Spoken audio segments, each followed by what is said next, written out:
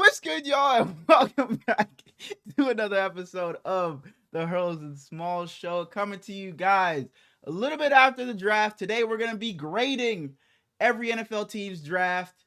Going to be talking a little bit of wrestling. But before we get into any of that, before we even ask Smallz how he's doing, because we forgot to do it at the top of last episode, be sure you guys go down, like, comment, and sub if you haven't already. You know, head over to the TikTok and show some love over there, the YouTube Shorts and the Twitter. And now, you make that face every single time. And now, Brady, how you doing, man? See, I did our little hand drop with no emotion because I was just waiting for you to pump fake me. So you actually did it this time, and I was 7 hours late looking like a dummy. If I pump fake you every time, it won't be a pump fake anymore. Or you could just not do it. My fault. I'm doing good though, man. We probably gonna have some good news next time I talk to you. So that's cool. Let me just get a story out the way. Yesterday I was at work, right? Mm-hmm. And I was texting you about this. I just want anybody watching just to let me know if I'm bogus, because 99% of the time at work, I appreciate my employers very much. So I try not to get too frustrated, specifically with them.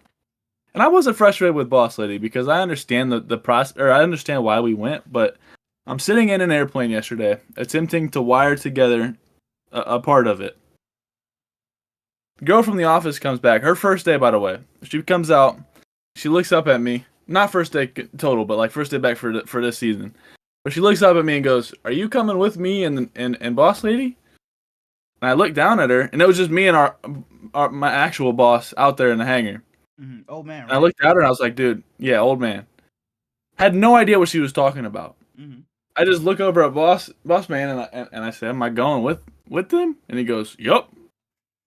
Had no clue. This is they could have been kidnapping you. They could have been taking you anywhere. You going. Okay. So I go out and I tell my other two guys that I'm leaving. So if it's about lunchtime, and I usually get lunch, so they're kind of on their own. And then as I'm going to tell them, boss man calls me. They got the car all ready. He's calling me to tell me to come get in the car. So I get in the car. We take off. We're like 15 minutes down the road, and that's when I find out we're driving 2 hours away. Didn't have time to grab a water. Didn't even have my wallet on me.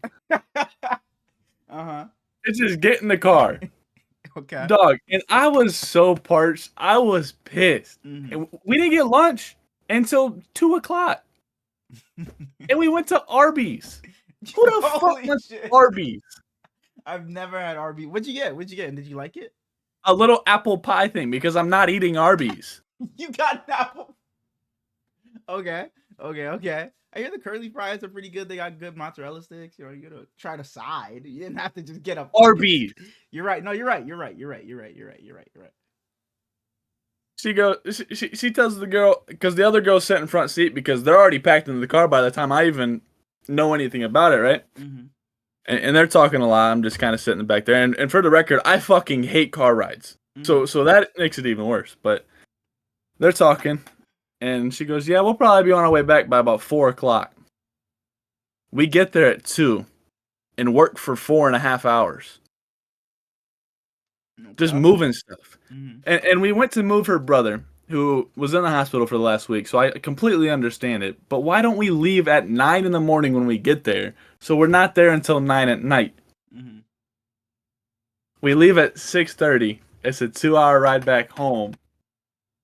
And she goes, "You guys want to go eat, or you want to just get home?" I was like, "I don't care." Deep down, just please, can we just go home? Girl in the front seat goes, "Well, nobody's home in my house, so we can probably go get some food." They stop at Chipotle. Ooh, that's better. Not a fan? I can't say I'm not a fan of Chipotle, but I was just not in the mood. I had already told myself I was just gonna get Domino's on the way home, and so it was like in my mind, I'm getting a pizza. I know what you mean. We walk into Chipotle and it's packed. Yeah, the line be out the fucking like door. Line out the door. Yeah. The chick in the office, I think she's a year younger than me, so like we just basically the same age. She goes, "It's all right. I've been here several times. The line moves fast."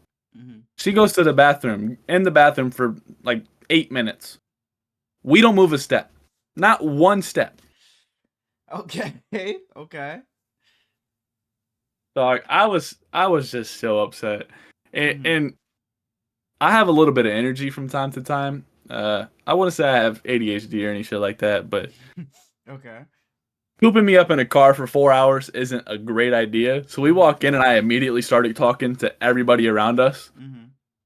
And there was these two weird ass kids in front of us, and my boss asked me like 3 times if I knew them because she thought that they were just my homies the way I was talking to them. You know, I had to kind of apologize. You were texting me throughout the entire time. You know, I did feel bad for you, so you know, I apologize that you had to go through that. But I did look. I was like, because he told me you were moving stuff, and I looked and I was like, oh, at least you getting his steps in today. I did see that. I was like, I forget what day that was. It yesterday or the day before? I was like, okay, you know, he moving all this shit, getting his steps in. That's looking at it on the bright side. Looking at it on the bright side. The worst part, not the worst part, but so boss lady's brother was just inside because he couldn't do anything, and his wife was the one kind of instructing us to do everything. And she must be a clean freak or something because she didn't want us walking on the hardwood. So we had to she had to push stuff to the door. We'd have to carry it all out. And then boss lady goes, yeah, one of you could probably come with me to help unload at the storage unit.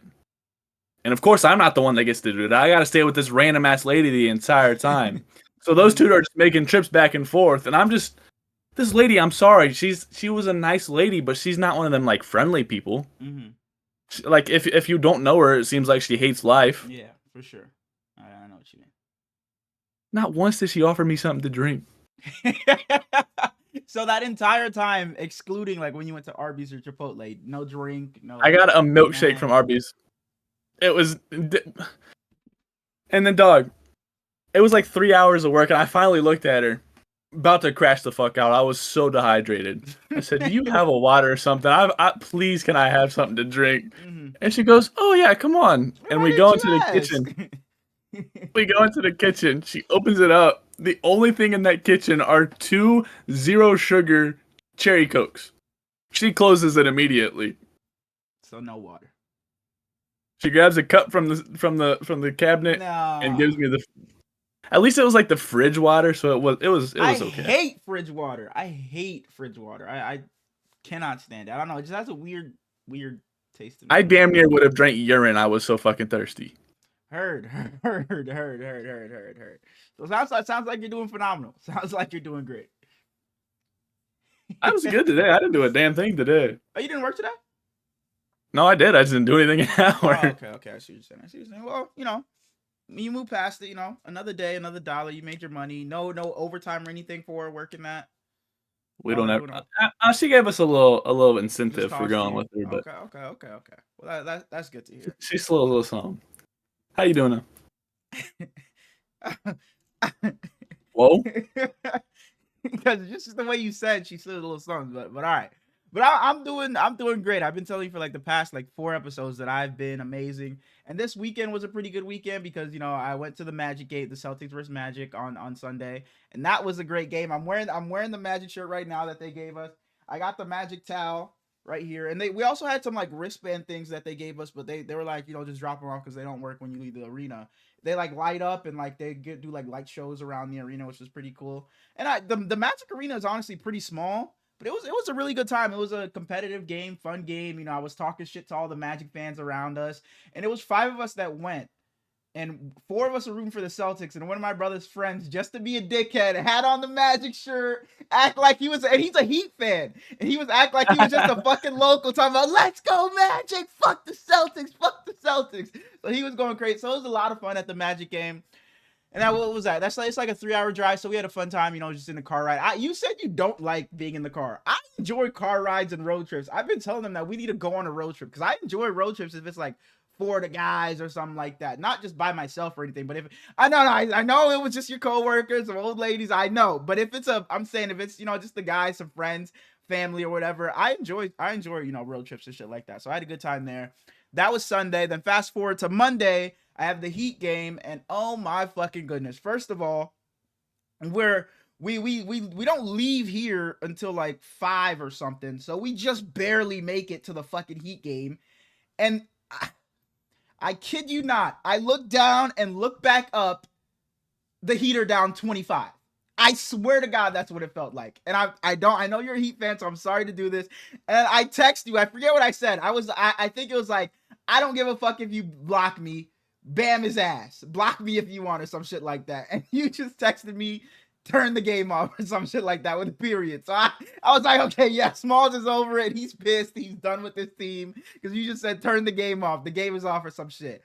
And we were sitting there like, holy shit, bro. You know, maybe, you know, the Heat will make a comeback, but it's like anytime, rarely it happened, but anytime the Heat hit a shot, Donovan Mitchell came down and hit 2. Anytime anytime Nikola Jovic did something, fucking Ty Jerome is coming back down, hitting the half-court 3. Fucking Sam Merrill's hitting corner 3s. It was just like, holy shit. And then my friend was like, sitting next to me, he was like, bro, you realize Darius Garland isn't even playing. And the score was like 70-25 at that point. And I'm like, my fucking God. And mind you, the tickets to the Heat game, the Magic game was like $270 something. And I'm fine with paying that. It was an enjoyable game. It was a great time. It was a lot of Celtics fans in there, by the way. Jason Tatum was getting like MVP chance. But the Heat game, I spent like $164. And that's the biggest waste of money I've ever spent in my life. It was a terrible game. We ended up leaving, well, the entire arena got up and left early. I need to go back and see what the crowd looked like in the fourth quarter, because it literally felt like everybody left at the start of the fourth. Because to end the third, Ty Jerome, I think it was, hits a half court 3 at the buzzer. And that the friend that's a Heat fan got up and walked out. He took a video, stick the middle finger at us, and walked out and left. And then he posts to his Instagram story that they're giving out free Chick-fil-A sandwiches outside. So that's when I'm like, all right, boys, we fucking out of here, bro. They're giving out free Chick-fil-A sandwiches. The Heat are down 50. We're not staying for this shit. Let's beat the traffic. Let's just get out of here and go get our sandwich. But we didn't beat traffic for shit, because the entire arena left with us. That game was so fucking bad. And I took a video of this too, and I put it up to my fucking Instagram story as well. And it's not like it was the Heat, the fucking Heat players doing it, so it's not like the worst thing. But the fucking crowd and White Hot Bernie in their fucking swag surfing and shit, just having a fucking time of their lives, like this a fucking 20-point win for the Heat, when the score literally said 111-63. They're in there swag surfing when they were down 48 points. That Bernie's in there like this, just having the time of his fucking life. It was fucking the most fun I had at the best part of the Heat game was they did some like parachute drops from like the roof. So like shit was just falling into the arena. I'm damn near falling over people, falling into the stands in front of me, trying to grab something. We didn't end up grabbing anything, but that was the most fun I had at the Heat game. That was the worst experience I've had at a sporting event, and I'm absolutely pissed that I spent $164 to go there. And that's all I gotta say. But I'm doing phenomenal. Doing phenomenal. I haven't turned off a Heat playoff game in a long time. I watched us get dog walked by Ben Simmons and Joel Embiid. We got shit on by Jared Dudley. I watched every second of us choking in the bubble to the Lakers. The Nuggets getting dick down was not fun, but I was there for every second of it. I couldn't even watch this shit, man. It's not even because of the on-court stuff. It was just pure heartbreak thinking we might have a chance if Jimmy's out there, because Kyle Anderson, the same thing. Too damn ass to even play. Andrew Wiggins shouldn't have fucking played. He's dog shit. Pat Riley, please just get hit by a bus somewhere. My friend was like, where the fuck does Pat Riley sit at, bro? We were fucking searching through the arena trying to find where he sat at, because he was pissed. He was saying, get Pat Riley the fuck up out of there. And it just made me think about you. And I know you are so sick and tired of Pat Riley. So yeah, it made me think. It's just not even funny at this point, dude. It's the same. Like Bam and Tyler can go say whatever they want in these interviews. He's not gonna change anything. He's gonna do the same shit. The best player we got for Jimmy his whole tenure was Kyle Lowry. Was Victor Oladipo on one knee? Are we serious? This dude is willing us to finals and we can't do anything to help him. This shit's just comical. And then you're gonna tell him that if you're not playing, just sit and shut up. Like, I could swing on a fucking old bastard. I swear to God I could.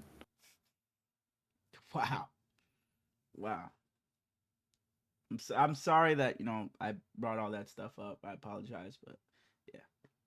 You want to move on? I would completely discontinue the NFL for Miami Heat success. Wow. And I don't even like. I'm not excited to watch them next season. They're not going to change anything. Mm-hmm.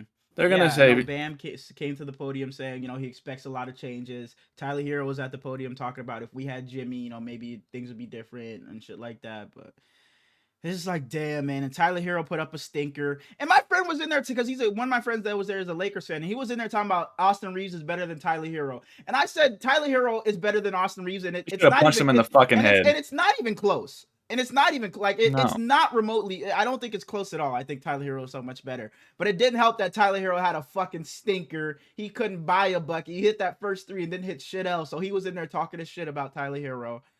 But yeah, man, it was a rough watch. A 20-point deficit, a blowout would be one thing, because it's like if it's 20 points, it's like, you know what, the PA announcer in the arena could get us going and maybe have us cheering because like, oh, the Heat gonna make a fake comeback since it's only 20.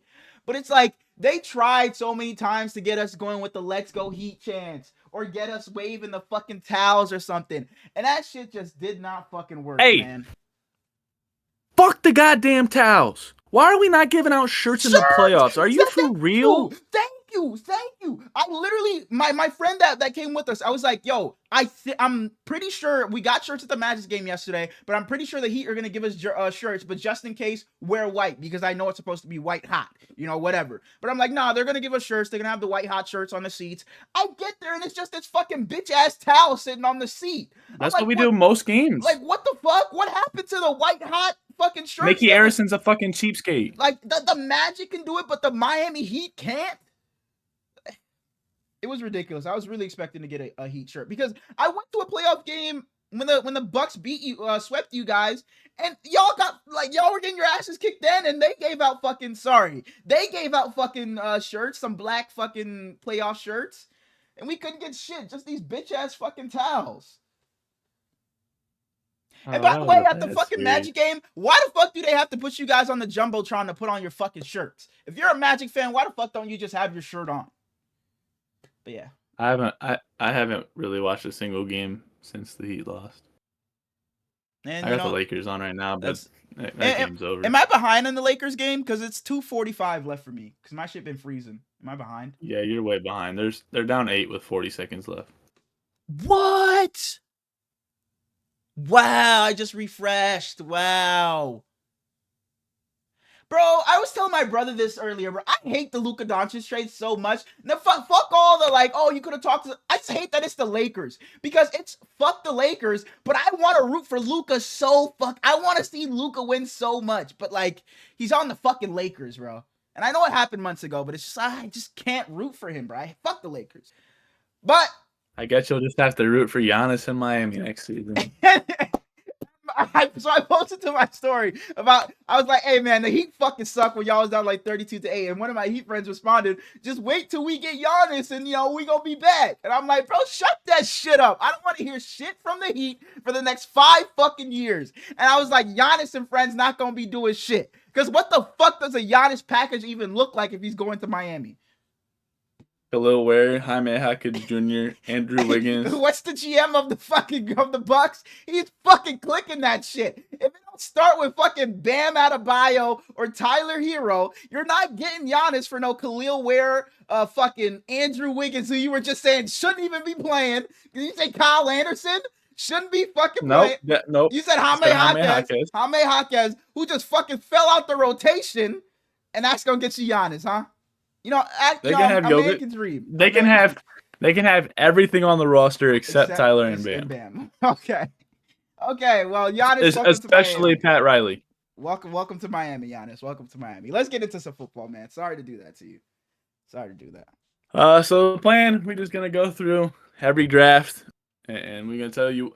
So how did you do it? Did you go by like alphabetically, or did you just go by like first pick, second? Because I did it alphabetically. Oh. Your order might what? Did you not do either? My first team is the Tennessee Titans. Oh, so you just went in draft order? Yeah. Okay, let me just look up the draft order and we can do that. I'll just, because it's like I have in my notes, I have it like all right here. They're all next to each other, so I can just find it pretty easily. Just let me pull up the draft order. I thought she was gonna say you just did it in any fucking order, and I was gonna be like, all right, but yeah, that's fine. I thought of the Pittsburgh Pirates first, so I put them down, and they drafted. Hey man, the fucking Marlins Pirates, are and I getting their meant asses Steelers. whooped by the fucking motherfucking Dodgers. Now. I don't care about baseball. I try. Red's been ass. Oh, it's just baseball in general. You just don't. It's not because the Reds or anything. Oh, okay. Yeah, like Aaron Judge is having like the greatest season ever, and that's my favorite team. And I was sitting. They just play at fucking 2 o'clock in the afternoon. Baseball fucking times are so fucking strange. They're so strange, so strange. But I was sitting down last night watching the baseball game, and it's like, bro, if at the fucking stadium, I'm going crazy at Lone Depot Park rooting for the fucking Marlins. But I was watching this on TV, and I was like, dog, bro, because it was the same time the Nuggets game was going on. I'm like, bro, I don't give a fuck that if the other games are over. I think it was another game was going on. I don't care if they're blowouts. I'd rather watch those games than the fucking Marlins play right now, because it just wasn't fun. I don't know what they can do to improve the viewing experience on TV.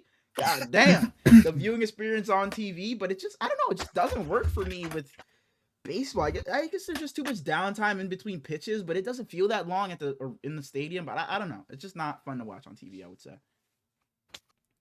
All right, with the first pick, the Tennessee Titans select Cam Ward. Yeah. They also take Olafemi Oladejo. I definitely cooked his last name. Kevin Winston Jr., Kamir DK, Gunnar Helm, Alec Aomanor, Jackson Slater, Marcus Harris, and Khalil Mullins. I gave the Tennessee Titans a B-. Can I ask you before we get into like how many A+ did you give out? Like what were your like grades? Like you know what I mean? Like what was like the average? Did anybody get like a D grade from you, an F grade? No, lowest I went with I think was C-. C-. I did too, but like did you hand out like A+ and shit like that or no? You did? Yeah. So did you think you were, because I thought I was like a kind of lenient grader. Do you think you were a harsh grader? Yeah.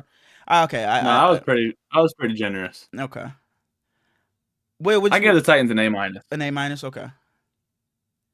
I think that Cam Ward is a risk at the number 1 overall pick in the entire draft. He's a quarterback that doesn't have any outstanding characteristics really, but I love Kevin Winston. Jameer DK seems like a good fit over there. If we ever, what's homie that's over there? 25 years old receiver. Can't think of his name. He got hurt last year. Westbrook. No, he doesn't play there anymore. Oh shit. 25. Nick Westbrook-Akine is like 29. Treylon Burks.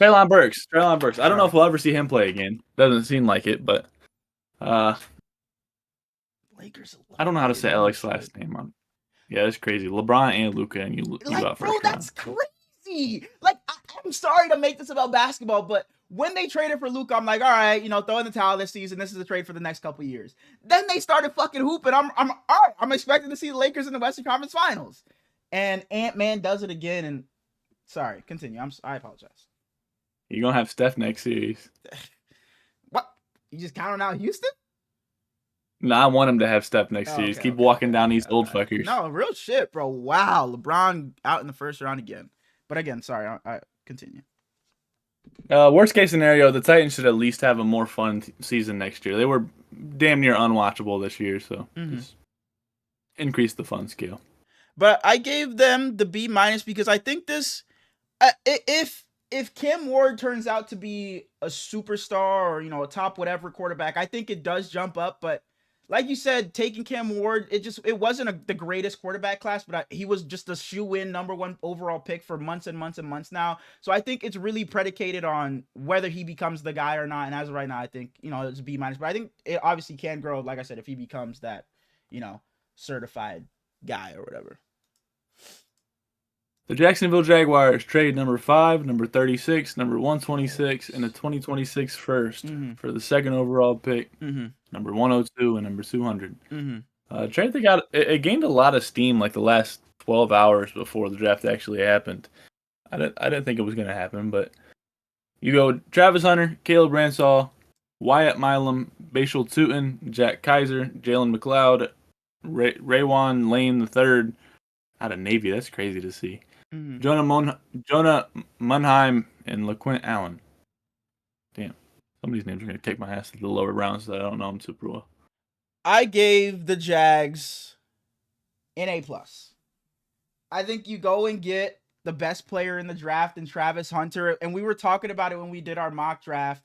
It's like, man, why the fuck?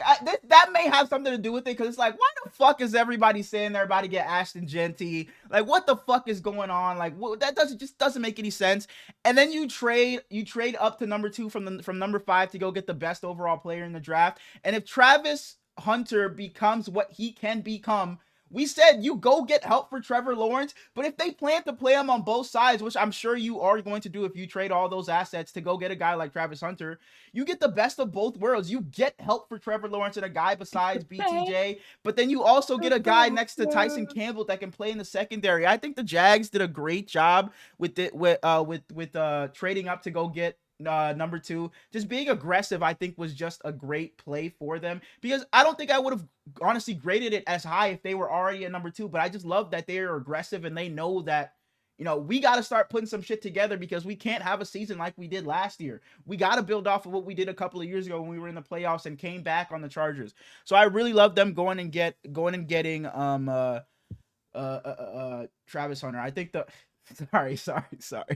Bro, it'd be so bad sometimes. Like, I'll catch myself, like, that was a slight one, but I'll go crazy sometimes. But I thought this was a really good job by the Jaguars. And Suj, I texted him immediately when I saw this come through, and Suj was hype as hell. So, Suj, congrats, man. I gave the Jags a B+. As you said, Travis Hunter is just outrageously good. If you can get the generational talent of the draft, you obviously do so. But after him, I'm just not super enticed by them. The B+ is pretty much held up by him. I don't think Caleb Ransall was the best corner on the board when they took him. Bashal Tutin, I don't think he really fixes anything. You already have Tank and Travis Etienne. I think Tutin's a monster, but I didn't really want him to go there because he's not going to play much. And after that, it just kind of is what it is. Some guys might shake, some might not, but I think they could have filled their holes a little bit more. But I like that Gladstone said fuck them picks. Yeah, pretty much immediately. First draft, like, he said he's gonna do what he want. And not that they're gonna turn out to be the Eagles or anything like that, or the Rams exactly. But at a certain point, it's like, we just got it. Just try exactly. If it doesn't work in 5 years, it's like, hey, they're firing me, but I know I did everything I could to try and, you know, build a team around Trevor and make Trevor the guy. At least you tried, is all you can say. So yeah.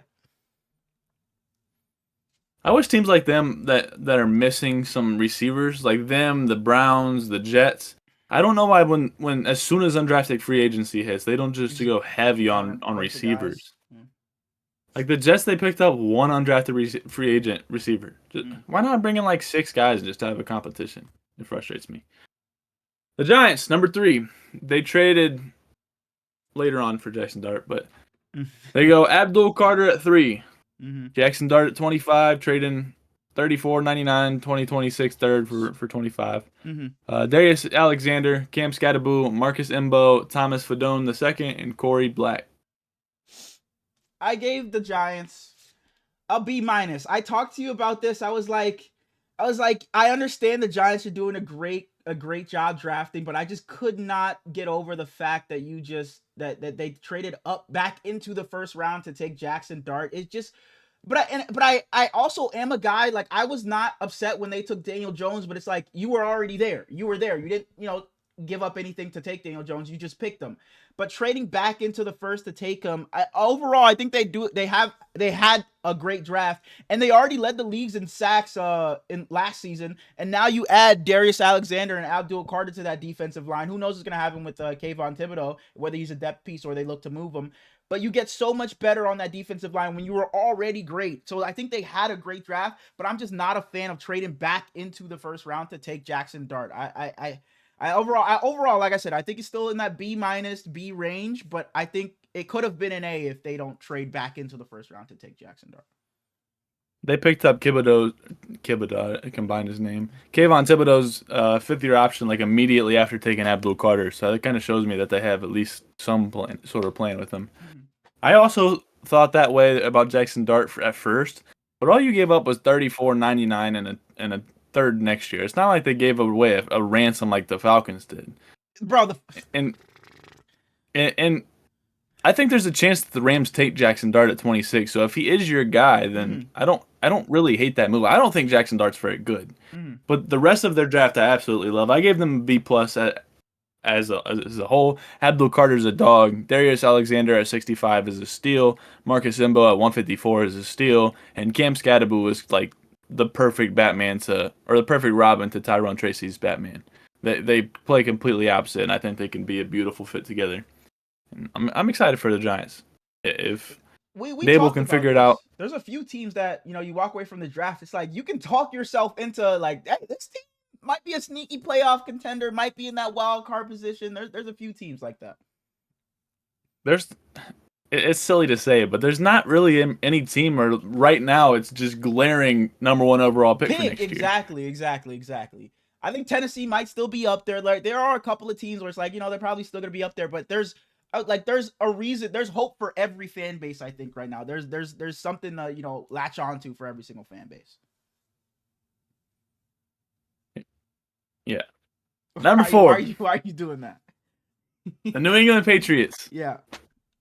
They go Will Campbell, Travion Henderson, Kyle Williams, Jared Wilson, Craig Woodson, Joshua Farmer, Braden Swinson, Andres Borregales, the Miami kicker. I don't know how the fuck to say his name yet.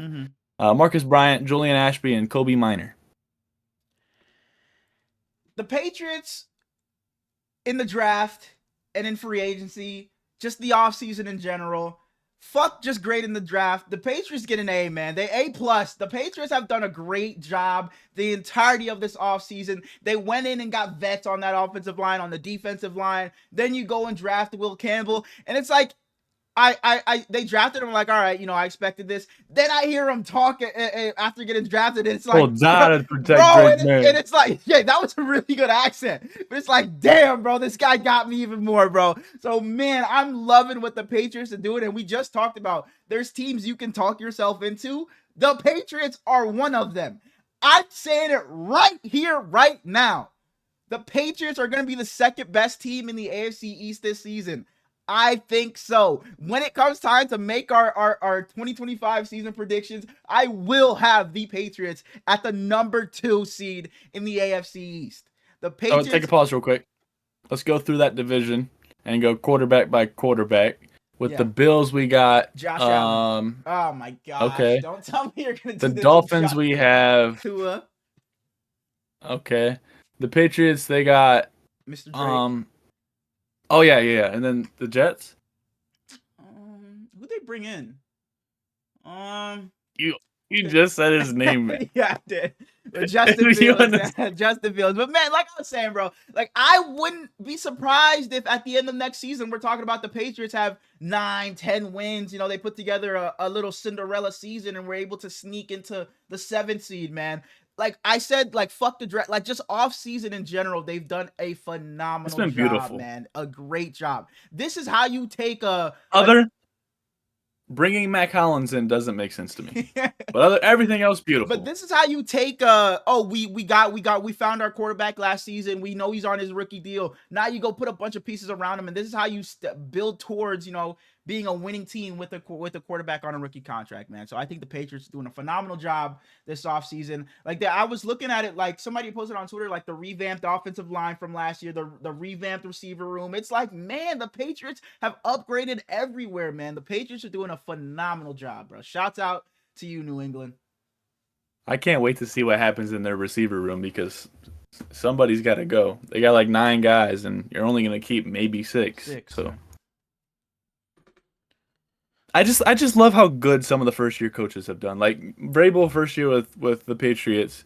Pete Carroll's been really good with the Raiders so far. Both Lions guys and Aaron Glenn and Ben Johnson have been amazing. I just can't wait until the season. I'm so excited. The Patriots got an A+ for me. They did everything perfect in this draft. You take Will Campbell, you take Travion Henderson, who's literally just a 6th offensive lineman. He's so good at blocking. Kyle Williams had become everybody's favorite later receiver. Jared Wilson, phenomenal center. Braden Swinson's man, I am jealous of Plug right now. Shouts out to you, Plug. Number 5, we got the Cleveland Browns. We already talked about their trade. They go back to number 5 to take Mason Graham, At number 33, they take Carson Schweschinger. They take Quinshon Judkins, Harold Fannin Jr., Dylan Gabriel, Dylan Sampson, and Shaduer Sanders. Cleveland, man, I'm happy to be here, man. I can't wait to get started. You know, I've always wanted to be a Cleveland Brown. You know, Dylan Name and two of his weapons. Dylan Gabriel's weapons. Jerry Jeudy, Harold Fannin Jr. Okay, bro. David Njoku. Is dude still over there? Stop going through the Browns fucking options. I know the Browns. I'm saying in college. Oh, bro. Tez Johnson. Jordan James. Does that count as a weapon? The running back, that counts or no? The tight end, I should know. He was damn good, wasn't he? Tight end. Dang, man. Can you give me first letter of the tight end's name? First letter. You want me to tell you the first letter or who took him? Who took him? The Rams. First letter.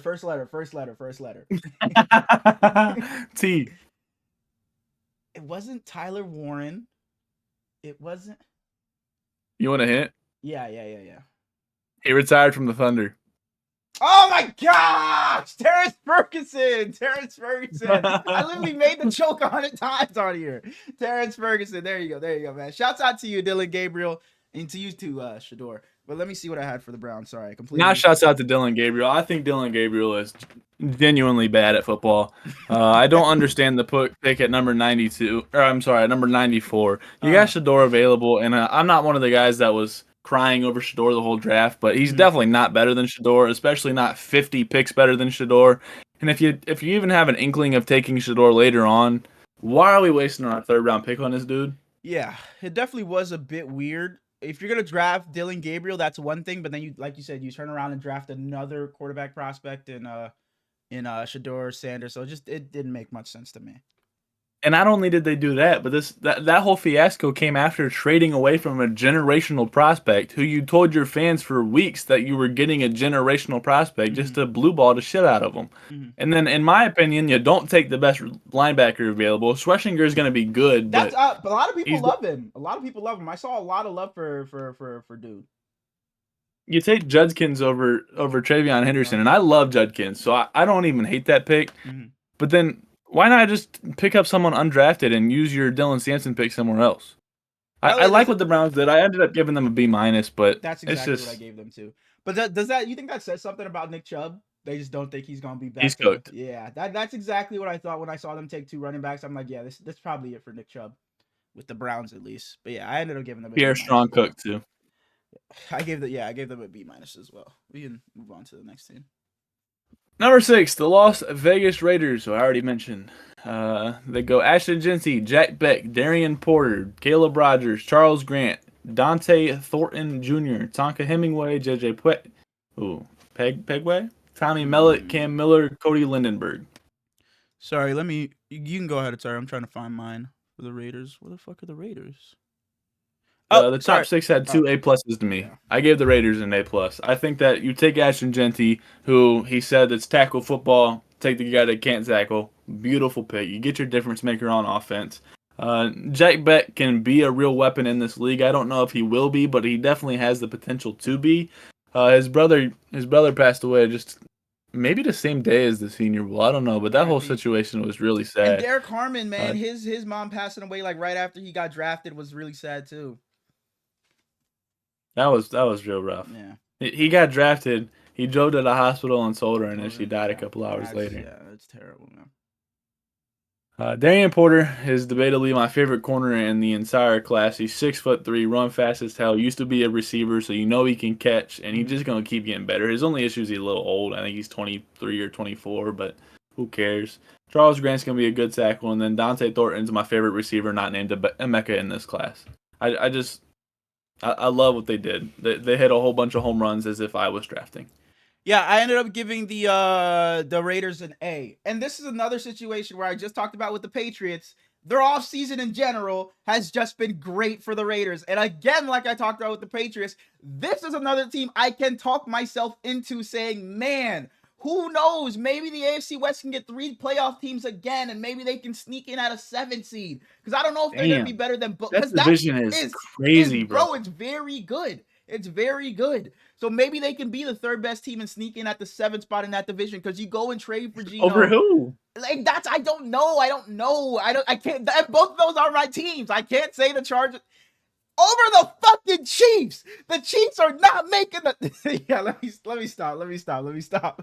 But no, the Raiders have seemed like, just like with the Patriots, they filled so many holes in this draft and in this offseason. You went and got your quarterback when we were like, who the fuck is going to be your quarterback? That running back room was completely awful the entirety of last season. You couldn't run the ball for anything. You had Alexander Madison and friends, and then you go get Ashton Genty, and your receiver room is a whole lot of nothing. You have Brock Bowers and no one else, but you're coming in with Brock Bowers, Jack Beck, who I see a lot of people like. I don't know much about him, so I can't say much, but a lot of people like. You have Jacoby Myers there already. So, man, I think, and you talked about Pete Carroll in these first-year coaches. You're right, bro. They're doing a phenomenal job. This is like I said, this is a team I can really talk myself into being super competitive, winning 9 games maybe, man. And it's like at the end of last season, it's like, oh, the Raiders are going to be back in the top 5 at the end of next year. But it's like coming into this season now, knowing what we know, it's like no way they should be picking in the top 6 like they were this season, man. It's just they've done a great job. I'm doing the same thing with the Patriots. I'm grading their offseason as a whole. They get an A, man. The Raiders have done a great job just going from one day you look like you're going to be poverty again to the next day you're so competitive. So shout out to the Raiders.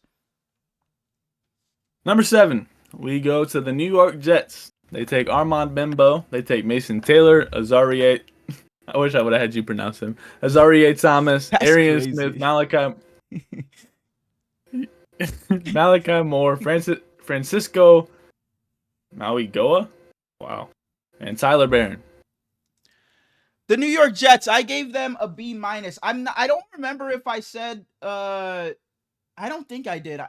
Did I say the Jets were one? It was you that said you were loving the Jets? It was you. Yeah, I ended up giving the Jets a B-. I like them going with offensive line in the first round with the 7th overall pick. I think that's what I had them doing in the mock draft, because you go and you instill confidence in Justin. I would have, like you said, loved to see them go and get a receiver, and you talked about them only bringing in one in undrafted fucking free agency or whatever. But I think the Jets did a great job. You went and got Mason Taylor as well, so you get a security blanket for Justin Fields. So I think the Jets, not that they're gonna, they're not in the same conversation with the Raiders and the Patriots, but I think they did a good job at just, like I said, just building around Justin and kind of giving him that confidence, that team around him, to where he could go in there and succeed, because you get him that tackle, you get him a security blanket at tight end and Mason Taylor. So I think the Jets did a fine job. I don't think it's a great job, but I think they did just a fine job. It was a good job, a B-. I love the Jets, man. You pull in Justin Fields, and you already have my heart. I don't know. Should I get the Jets jersey? I got the Bears in the past, or the Bears and the Steelers. Okay, if you have both of them, then yeah, I think you should get the Jets. Armand Bimbo, cool. He kind of a tough guy to gauge. Some people like him a lot. Others think that he not going to be as great. But Mason Taylor, he was one of the prospects I picked a couple weeks ago. And I think he's just going to be great. He's not a superstar by any means, but he's going to do everything you need him to be. He can be a legitimate weapon for them. Azareye'h Thomas is a stud corner, and just throughout from their 7th pick to their 176th pick, I just think they filled holes that previously were not filled. Wow. The Panthers take Tetaroa McMillan. They take Nick Scowerton. They take Princely. They take Trevor Etienne, Lathan Ransom. No. Cam Princely Jackson. who? Uman Mielen. Okay. Pretty good, huh? Not bad. Don't know how to pronounce Mitchell Evans and Jimmy Horn Jr. I'm looking for my Panthers one, so you can go ahead. I once again gave the Panthers an A+. I gave out 5 A+. 3 of the top 9, or 3 of the top 8 all had them. Tetaroa. By the way, you don't call him Tet. That's not his name. I saw that. I already like Xavier Legette, but I think that Nalo is going to be just completely elite. He's 6'5", fast as hell, elite hands. I saw one of my homies compared him to Drake London, and I don't hate that comparison, because he doesn't have like the best route running ability in the world. He's just kind of bully you out the way and then catch the ball regardless. And that's what he does. Nick Scourton shouldn't have fallen to 51, but he played with Shamar Stewart, so he was kind of overshadowed a little bit. Princely, if you didn't see his draft call, you should go watch it because it was awesome. It was a good one.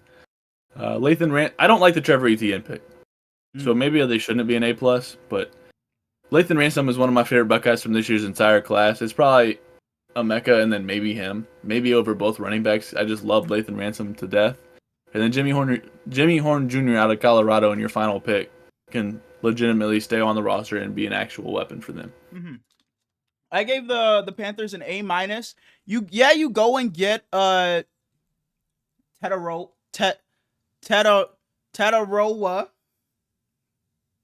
Yeah, I was gonna say Tet, but then you said we don't call him Tet. We call him Nalo. Nalo.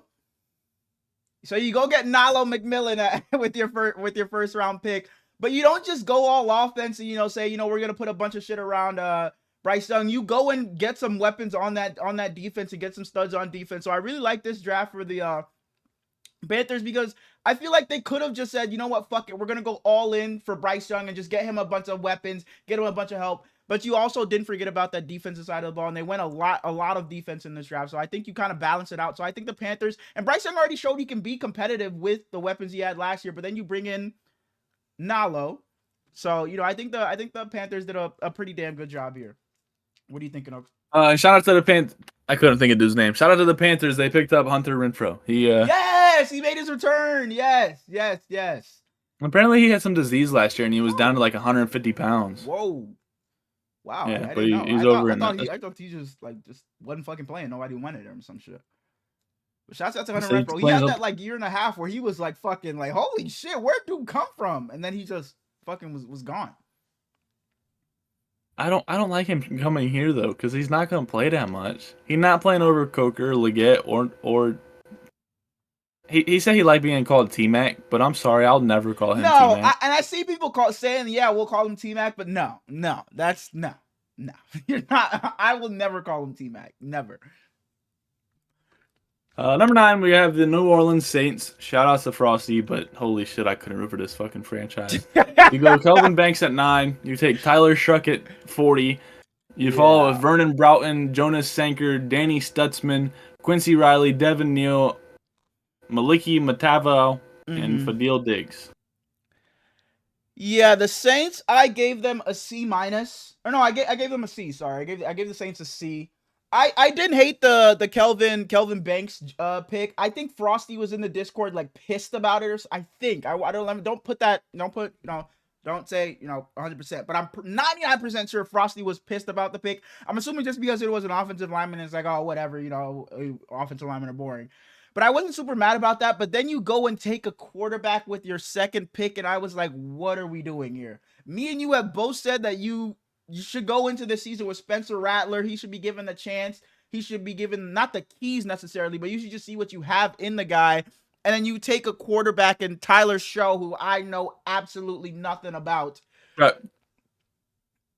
Shuck? Tyler Shuck. Shuck, sorry. Tyler Shuck, and who I know absolutely nothing about. So I was just like, me and my brother were watching this together, and I was like, what the fuck are the Saints doing here? You took a quarterback, and it wasn't, fuck it, whatever. You take the shot on Shaduer. It wasn't Shaduer. It's like, holy shit, what's going on here?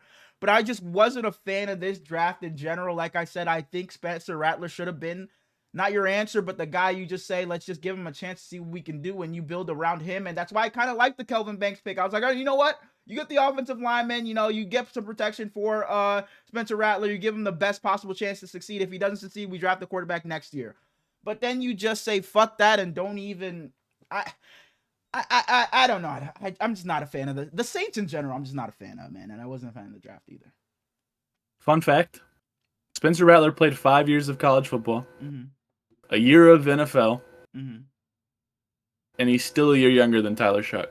He's like 26, right? He's a 26. He's 25. Yeah, 25. Okay. There's a super high chance he's the last person to ever be drafted from the 1990s or from the 1900s. I didn't even think about that. He's 9th. That's ridiculous. Crazy, man. Kelvin Banks, I think, is a beautiful pick. He's one of the best linemen in the class.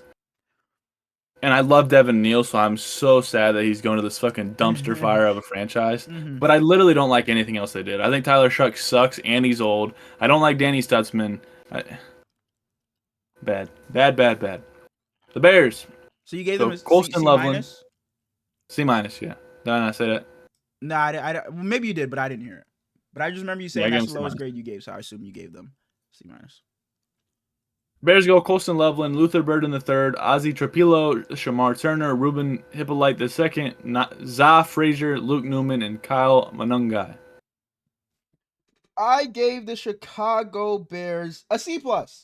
I don't think their draft was bad by any means, but maybe it was just some like picks where it's like you didn't need the guy there. You just wasn't a necessity, I would say. We talked about some teams earlier where it's like, oh, you filled a bunch of holes that you needed. The Bears kind of seem like at some points they just stacked on what they already had, like in Luther Burden. I understand Keenan Allen probably isn't going to be, it wasn't what you expected last season, so it's like, fuck it, let's go replace him with somebody else. The free agent. Exactly. Yeah, you replace him with somebody else because he wasn't what you expected coming from Los Angeles. But it's like, did you really need him? You have DJ Moore and Roma Dunze, so it's like, did you really need him there? The Colston Loveland pick, I do like. Cole Kmet is good, but it's like this is another situation where it's like he wasn't terrible, so where you needed to go draft a guy. But I'm not mad at drafting Colston Loveland in the first round. It's really the Luther Burden. Not that I don't like him, but like I said, you already have two guys. So I feel like the Bears got good players, but just didn't get necessity players, if that makes sense. I think that Luther Burden's a fucking dog. I think that I played NCAA with Mike last night, and he was going absolutely crazy for me, but I ended up losing on the last second drive. You didn't even have to tell me the outcome. I played 3 games against Mike last night. You want to predict the record? Yours probably starts with a donut. Yes, it does. Come on, man. Bro, but the first 2 games were so fun. You don't understand, bro. That shit start, like I said in the Discord, it's starting to hurt, bro. Because I was playing the game of my fucking life. Because we did randoms, and I had, the Memphis Tigers might have to be my new college team. I was fucking going stupid with them. Seth Hennigan. Seth Hennigan is a fucking dog. A dog. He was walking Mike's ass up and down the field. You're on an NFL team now. Really? Is that where Nick Nash is too? Because I played with Nick Nash last night as well. Yeah, Jag. No. Nick Nash is on green team. San Jose. That's who Mike was using. Sorry. But yes, I know that's sorry. That's a tangent. I cut you off. I apologize. But yeah. Seth Hennigan, man, you got a new fan, man. You got a new fan. He'll never play though because he's behind Trevor Lawrence. One day. I gave the Bears a B. I think Colston and Luther first 2 rounds are super fun. Hopefully them not drafting a running back means that they like Roschon Johnson more than the previous regime, and that would make me happy. Bitch ass, weak ass, garbage ass, San Francisco 49ers. No team got any of that. No team got any of that, but okay. Michael Williams, Alfred Collins, Nick Martin, Upton Stout, CJ West, Jordan Watkins, Jordan James, Marquez Siegel, Curtis Rourke, Connor Colby, and Junior Bergen. So before I give my grade for the Niners, I just want to say, Kyle Shanahan and John Lynch came to the podium and say, we wanted to take a couple of offensive linemen, but we just felt like it would have been a reach. We didn't want to reach for an offensive lineman. They got taken right before us. Well, it felt like you guys reached for a couple of guys anyway, so it's like, why not reach for a position of need? Like, why? And it's been a thing with the Niners the entirety of their tenure. It's like, fuck offensive linemen. We'll get some undrafted ones. We'll draft them in the 6th, 7th round. It's like, why don't we just take them early? Take the best guy available. Like, why? Like, I understand it may not be the flashy thing. You guys want to build through that defensive line, but like, why not? How many times are we going to get killed by... In the Super Bowl, we would have been Super Bowl champions, but Brock Purdy, the play gets blown up by Chris Jones a half a second in because our offensive line couldn't block.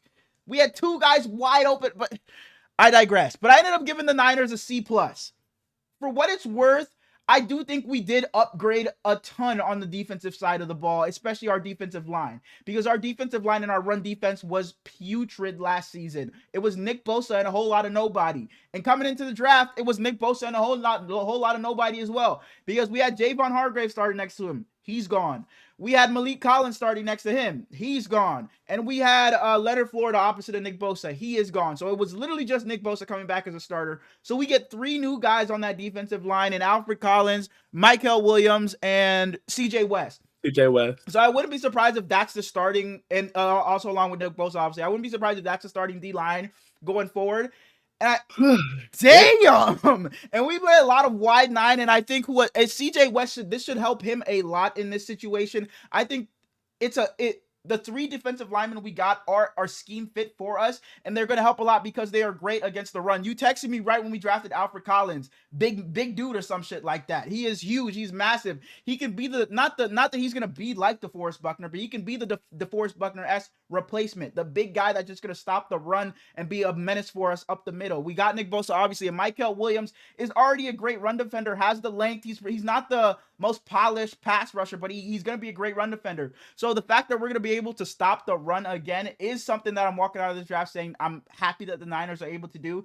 And then we drafted Upton Stout, and then you texted me 5'8" corner. And I hear you on that. But during the Niners, when we had Robert Saleh in 2019, we had a guy by the name of K'Wan Williams who was an elite slot corner, and he was 5'8.5" as well. So I don't think the height will play too much of a factor because we have Deommodore Lenoir and Renardo Green on the outside. So Upton Stout, if he is starting for us or is playing for us, he will most likely be on the inside in the slot. So I don't think that he a dog too. And I've heard he is a dog, exactly. So I don't think that will be too much of a problem for us. I understand he is a bit undersized, but I think it works in our defensive scheme. So I'm not too upset as that. Shit, what did I just click? And I opened something else. Sorry. And then it was one more pick. Marquez Sigil. From what I heard, he is pretty damn good, and we're gonna need him to be good right away because I was so sad to hear that Malik Mustafa tore his ACL in the last game of last season, and no one knew about it. So he's gonna miss the start of next season. So we're gonna need him to be damn good pretty early on. But yeah, overall with the Niners draft, I wish we would have just taken a couple more offensive linemen. But I think we didn't do a bad job for what it's worth. I think the players we got do fit our scheme. But yeah. And Nick Martin, I hear is a lot like Dre Greenlaw. He won't be Dre Greenlaw, but I hear his play style is a lot like Dre Greenlaw. Sorry, that was a lot. I give the Niners a C. There's just not a single guy who completely moves me. As you said, you guys kind of already reached, even though you said you don't want to reach. Michael Williams, I think, could have lasted a lot longer than 11th. Mm-hmm. Alfred Collins, I think, would have lasted a lot longer than 42nd. So it's just kind of... Tyler Booker was the very next pick. I think he makes more sense for y'all than Michael Williams does. But Jordan James, I think, is going to be very good with you. I think he would have been serviceable regardless. But with Shanahan, any running back can kind of work. I like Jordan James. It's like, why do we take a quarterback with that first in Curtis Rourke with the first pick in the 7th round? Why not just take a swing on He sucks. Why not just take a swing on another? If you're going to draft an offensive lineman a couple picks after, why not just take another swing? It's just weird. It's just weird. We got a bunch of things we needed, but it's like we could have done a lot better. But I'm not too mad at this draft for us. So we can move on. Y'all took Curtis Rourke over Quinn Ewers. Yuck. Number 12, the Cowboys go Tyler Booker. They take Donovan Ezeraku. What? Shut the fuck up, bro. With what? You said we took who was it over Quinn Ewers? Curtis Rourke. It didn't fucking matter. It didn't fucking matter. The problem is that we took Curtis Rourke. We didn't want no fucking Quinn Ewers. Quinn Ewers a dog. Curtis Rourke sucks. He wasn't gonna play. He might. Oh my, bro. Move on, bro. You're the biggest Niners hater I've ever met, bro. Move on. No, I just like Quinn Ewers because he was a Buckeye. Cowboys, where they at? Tyler Booker, Donovan Ezeraku, Siobhan Revel Jr., Jaden Blue, Shamar James, Johnny Cornelius, Jay Toya. That one's going to be wrong. Phil Maffa and Tommy. Oh my gosh. Tommy Aiken Bessat. best. That is a horrible last name. That's crazy to say. That's crazy to say. A King Bisote. But I gave the Dallas Cowboys a B+. I think they obviously, everybody wanted them to go and get receiver, but I think for what, and they didn't draft a single one. They didn't draft a single one. And we had them taking a receiver first round, and they said, fuck that, we're not drafting any. But I think for what they did and what they got, they did a very good job at it. I think, yeah, you want them to go and get weapons to put along CeeDee Lamb, so it's not just CeeDee Lamb and friends. You want to make Dak Prescott's life easier. You want to go and replace a guy like Rico Dowdle. You went and got Jaden Blue from Texas. I played with him against Texas, right? So yeah, but I think for what the Cowboys did, I like. You go and get Tyler Booker because the Cowboys for like the past decade and a half, it's always you are bogus as fuck. No way you know more college football players from the damn video game than actual college football. For sure. I was telling Mike, it's like, bro, I gotta start playing this shit again, bro. Me and Smallz were talking about that dude right there, bro. It's like, I know these guys, bro. It's like, bro, that's really how I'm knowing all these guys is from playing college football. So that means I gotta buy the next one and just play that all the time. So now or just watch college football. But as I was saying, for the past like decade and a half, it's always been with the Cowboys. You always talk about their offensive line. So they go offensive line in the first round and they get that back going. You always doing something weird. And then you get Donovan as a Raku in the second round to put alongside Micah Parsons. So I think the Cowboys did a good job in this draft. And he's amazing, dude. But he is amazing. The one thing is just like, damn, you guys didn't get a receiver. But other than that, I think the Cowboys did a good job. I give them an A-, as you said, no receiver. I hate it even worse because they didn't really get many in undrafted free agency, as I mentioned. Tyler Booker is amazing. If you haven't seen, go watch him at the draft because he was running up there all excited to be a Cowboy. All his interviews after were amazing. He was one of them to smack the Cowboys logo, right? Donovan Ezeraku and Siobhan Revel, back-to-back picks, are just immediate high-impact guys. Siobhan Revel, big, lanky guy. I think he's amazing. Jaden Blue immediately comes in and is one of the better rookie skill players. He's fast as hell and is not really fighting for any competition other than Javonte Williams' corpse. So I'm happy for the Cowboys. I think that they had a good draft. I gave them an A-. Mm-hmm. Dolphins. Kenneth Grant, Jonah Savini, Jordan Phillips, Jason Marshall Jr., Dante Trader Jr., Ollie Gordon II. I hate when they do that shit. Just be a junior. Quinn Ewers and Zeke Biggers.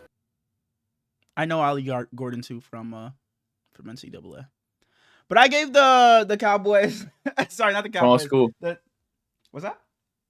What school? Oklahoma. No, I just read it. I just read it, so yeah, I'm not gonna act like I just knew that. But I gave the Miami Dolphins, I think it was a C+.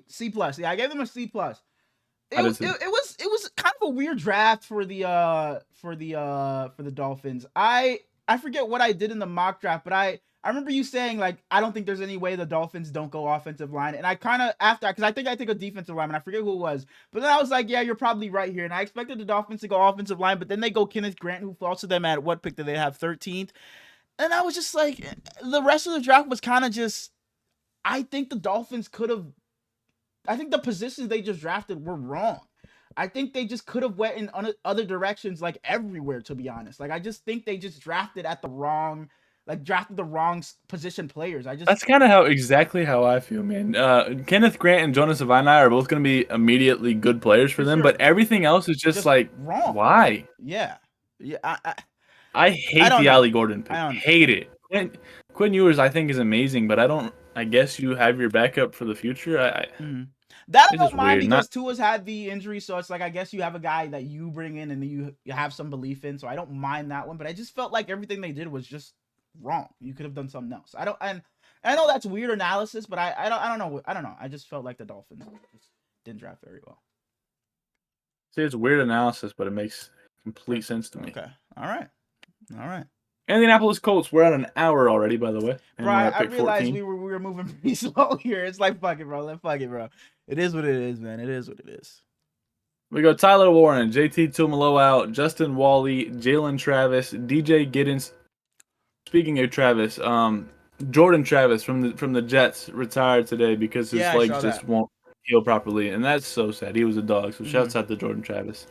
Jalen Travis, DJ Giddens, Riley Leonard, Tim Smith, and Hunter Wohler. And Tim Smith got drafted on day 3, and I was watching it, and I was like, Tim Smith, that's got to be the most basic name I've ever heard in my entire life. For sure. And a big-ass black dude is just immediately on the screen. I'm like, wow. That's not what I was picturing with the Tim Smith. White guy. Little white guy, yeah. You can go. I have to find my Colts one. I gave the Colts a B-. Tyler Warren was so obviously their guy. They tried to throw out smoke screens saying that they might go a different position, but Tyler Warren fits there perfectly. JT Tuimoloau across from Latu. Latu is amazing for me because I think that gives JT a very good chance to be good. Justin Wally should be decent for them at the very least. As a defense that surprised me last year, hopefully continues to get better. Hopefully they can figure something out at quarterback, and Tyler Warren can help whoever it ends up being. It should be Anthony Richardson. I was gonna say whoever ends up being. I thought you were about to sell your stock on Anthony Richardson. Absolutely not. They're just a dumb franchise, so I wouldn't be surprised. I just like the DJ Giddens and Riley Leonard picks. Yeah, I gave the Colts a B. Would you give them a B+ or B-?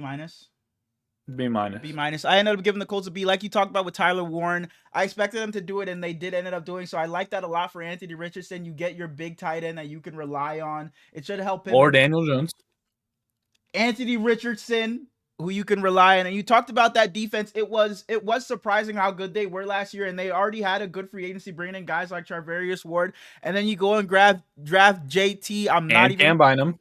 And Cam Bynum, sorry. You draft JT, another JT on the team now. And so Tuimoloau next to Latu. So I think the Colts are another team that could be sneaky decent. I'm going to do it one last time with the Colts. The Colts the past 3 seasons have been my team. They're fighting for the first pick. They're last time I'm doing it. This is their season. This is the last time I'm doing it. I'm not doing it. I refuse. For the first pick is what you said. I like a lot of the Colts players. I just Michael Pittman. Man. I might be his biggest fan in the entire world, and I'm starting to sell stocks. I can't do it anymore. He just hurts my feelings every season. Wow. Yeah, they got guys. I want to be in that top echelon guy. Forrest Buckner, Charvarius Ward. Obviously, they picked up one of our Bynum, one of our corners. He had a really good season for them. I'm forgetting his name, but yeah, Jonathan Taylor. They got a lot of guys I love over there, so I'm rooting for the Colts. I want them to be good.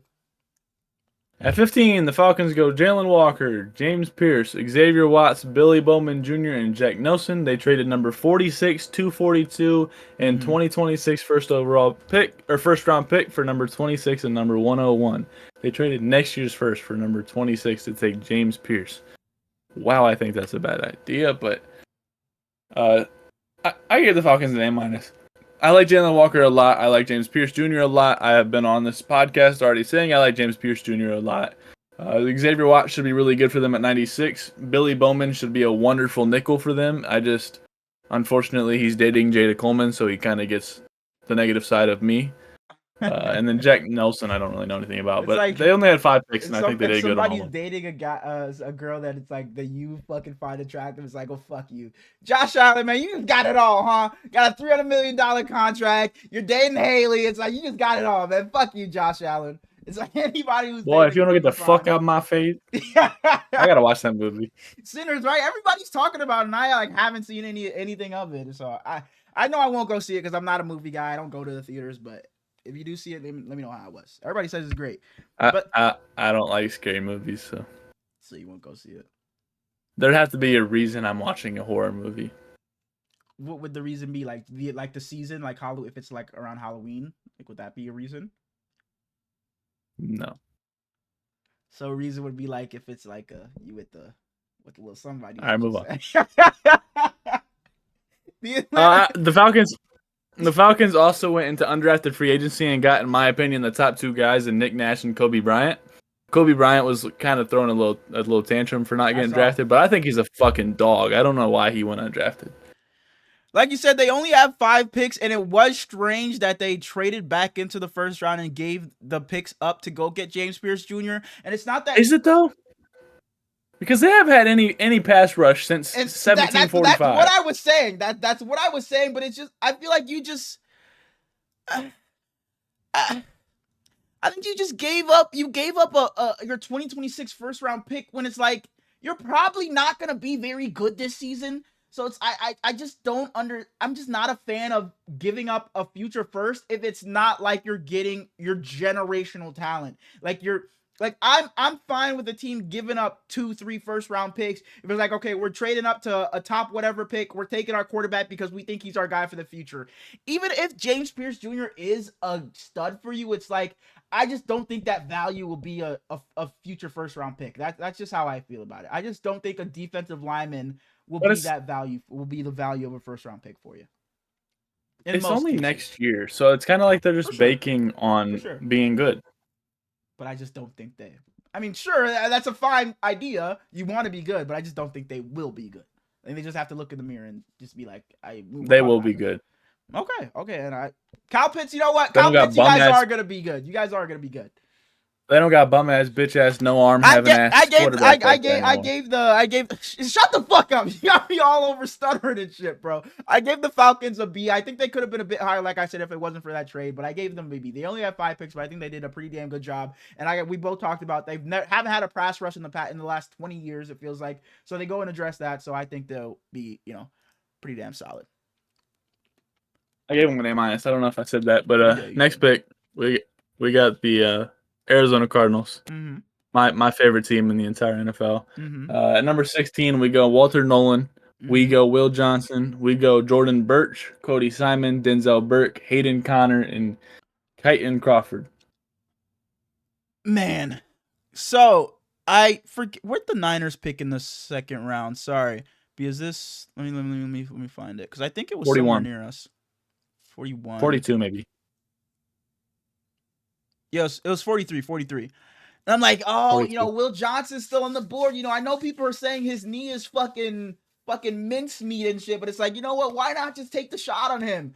And it's like we passed on him, and then a few picks later, the Cardinals taking him. I'm like, damn, he's gonna be in our division. So if his knee does get back to being right and he is healthy, the Cardinals did themselves a pretty damn good job. I gave the Cardinals a B+ in this draft. I think the Cardinals did a pretty good job. You go and take the swing on Will Johnson. You drafted Walter Nolan, and he was the guy with he had like the off the field kind of like shit. Was it him? Was it Walter Nolan? Not off the field like he had allegations or something, but just like his character. Maybe I think so. Yeah. So but I don't hate that. I hate that character. I don't mind it either. I don't mind. That's what I was gonna say. I don't mind them picking him there. You get Will Johnson and you get Jordan Birch, like you said. And I know you love this draft as well because the next 2 picks are 2 Ohio State guys. But the Arizona Cardinals, I think, did a damn good job. You wanted them to take Emeka Egbuka in the first round. I did not want them to do that. I'm glad they went with a bunch of defense. You get guys around Budda Baker, Kyler Murray. You got yourself a bunch of solid pieces on that defense. Now I expect the Cardinals to go and be competitive again. I really like this draft for the Cardinals. I expect their defense to be a lot better. It wasn't as bad as I thought it was gonna be last season, to be honest. But I think it did improve a lot in this draft, and I expect them to be very, very competitive. I gave him an A+, man. Walter Nolan is amazing. And you say that character concern shit. He was the type of guy who at the draft, he asked the coach for Will Johnson's phone number because he heard Will Johnson was upset for falling in the draft. And he just wanted to build that team chemistry immediately. Well, I've said several times that I love Will Johnson. Yeah, his knee might be made out of string cheese at this point, but he's still going to lock down your favorite receiver. Jordan Birch is a stud edge. Cody Simon makes every single tackle for Ohio State. If you go and watch a running back's tape against Ohio State, I would almost guarantee Cody Simon makes most tackles. Denzel Burke was one of my least favorite players on the team because he was hot dog shit. But if you go back to his early seasons where you can just put him in the slot, he's amazing as a slot corner. And then you finally go an offensive lineman. But this draft is just beautiful for the Cardinals. I'm buying in. Kyler.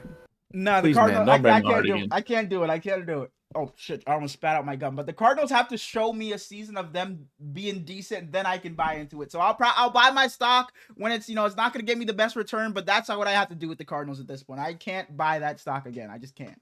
I can't. I'm damn near all in. I don't know if I can get much higher on the Cardinals. Shit. That defense is completely rebuilt. Marvin Harrison. No, I didn't mean it like that. I didn't mean it in that way. I just meant it was funny that you're all in on the Cardinals. You made it like that. That's not how I meant it. That is not how I meant it. You in yet? You fucking move on, bro. Move on. But Marvin Harrison apparently put some weight on, so that's cool. The Bengals take Shamar Stewart, Demetrius Knight Jr., Dylan Fairchild, Barrett Carter, Jalen Rivers, and Taj Brooks. The Bengals, I gave a C to. I also give them a C. I don't think the Bengals did a great job in this draft, to be honest. Sorry, let me pull up their, just so I have it in front of me. Shamar Stewart, I think, can be a good player, but I think they're going to have to do a good job at developing him. And I just don't know if I trust the Bengals to do that. I just don't know after what I've seen them do, but they did go and get dude out of college. What's his name? Something Al Golden? Was it him?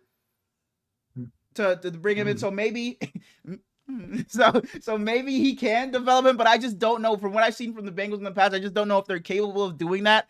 But I just don't think the Bengals addressed a lot of their needs. And a lot of their needs was everywhere on the fucking defense. And I don't think they did a great job of that at all. So I didn't give them the C- because I think Shamar Stewart can be good, but they're just gonna have to do the right things in developing him. So I just gave them a C. I don't think they did a great job in this draft. I think a C was kind of like, because I didn't give any D's or F like we said. So a C was like, you kind of didn't do a great job for me. That's exactly. They drafted 2 offensive guards, 2 linebackers, and a running back. Yeah, I love Shamar Stewart, but the rest of this is just like dog. Demetrius Knight, I think, should be good for them eventually, but I don't like their draft. It damn near could be a C-. I just love Shamar Stewart.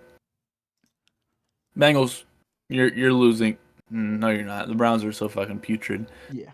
Seahawks, 18, Gray Zabel, Nick Eamon-Worry, Elijah Arroyo, Jalen Milroe, Riley Mills, Torrey Horton, Ravi Oust, Bryce Cabaldo, Damian Martinez, Mason Richmond, and Ricky White III. They got a lot of fucking picks. Yeah, they did. But now, I texted you this. The Seahawks might be one of my biggest winners in this draft, and I think the Seahawks did a great job in this draft. I texted you. They just filled so many holes. They got so many... Huh? F. They did so great in this draft. I think that... What the fuck? I clicked on the fucking Eagles. I was about to say they drafted Jahad Campbell. That's like, bro, what the fuck? But yeah, I think they did such a good job in this draft. They took Gray Zabel. They took Elijah Arroyo. They got a tight end. They got an offensive lineman. We always said that's the problem. They got a safety back there. Like, they just filled so many holes in this draft. And like you said, they had a bunch of picks. Damian Martinez was a guy that I seen people say that was pretty decent. They like him over there. I don't know too much about him, so I'm not gonna say much about him in that case. And then Jalen Milroe, who knows? If Sam Darnold don't work, you got a guy sitting behind him and learning. If Sam Darnold isn't your guy of the future, you got that upside. You get Drew Lock.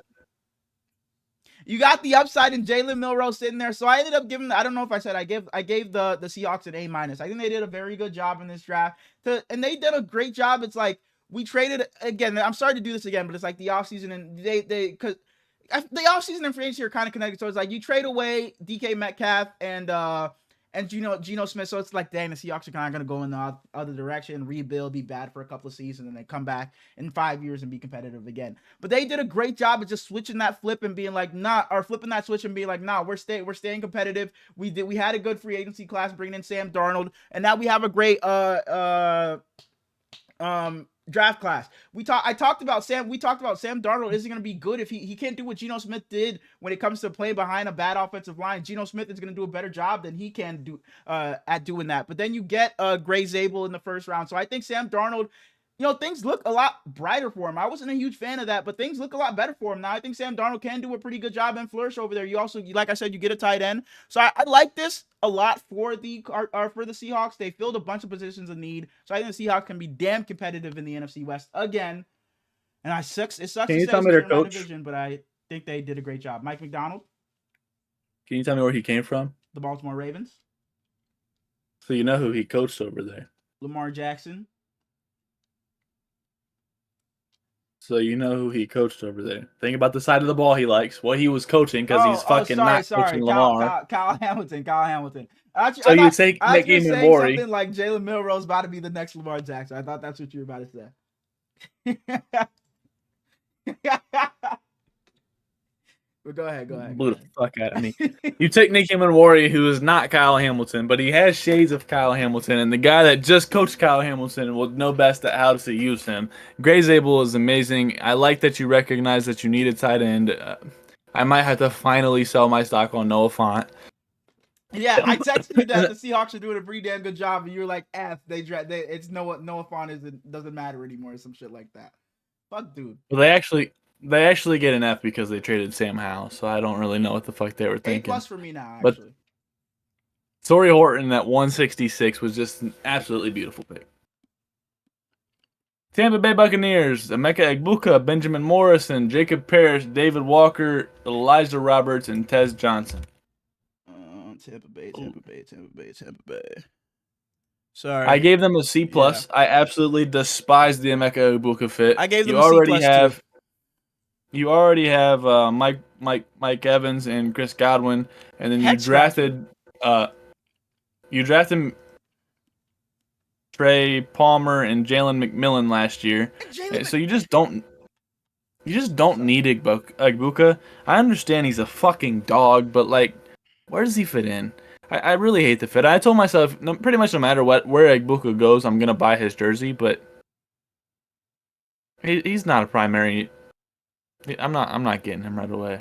And it's just sad. It was just so weird. I was so shocked that they went receiver. I didn't care who was up there. I was just like, no part of me was like, yeah, they're gonna go. Because yeah, you could say, oh yeah, Mike Evans and Chris Godwin, but it's like Chris Godwin's gonna be out next season. You know, never know what his injury. He may not be the same.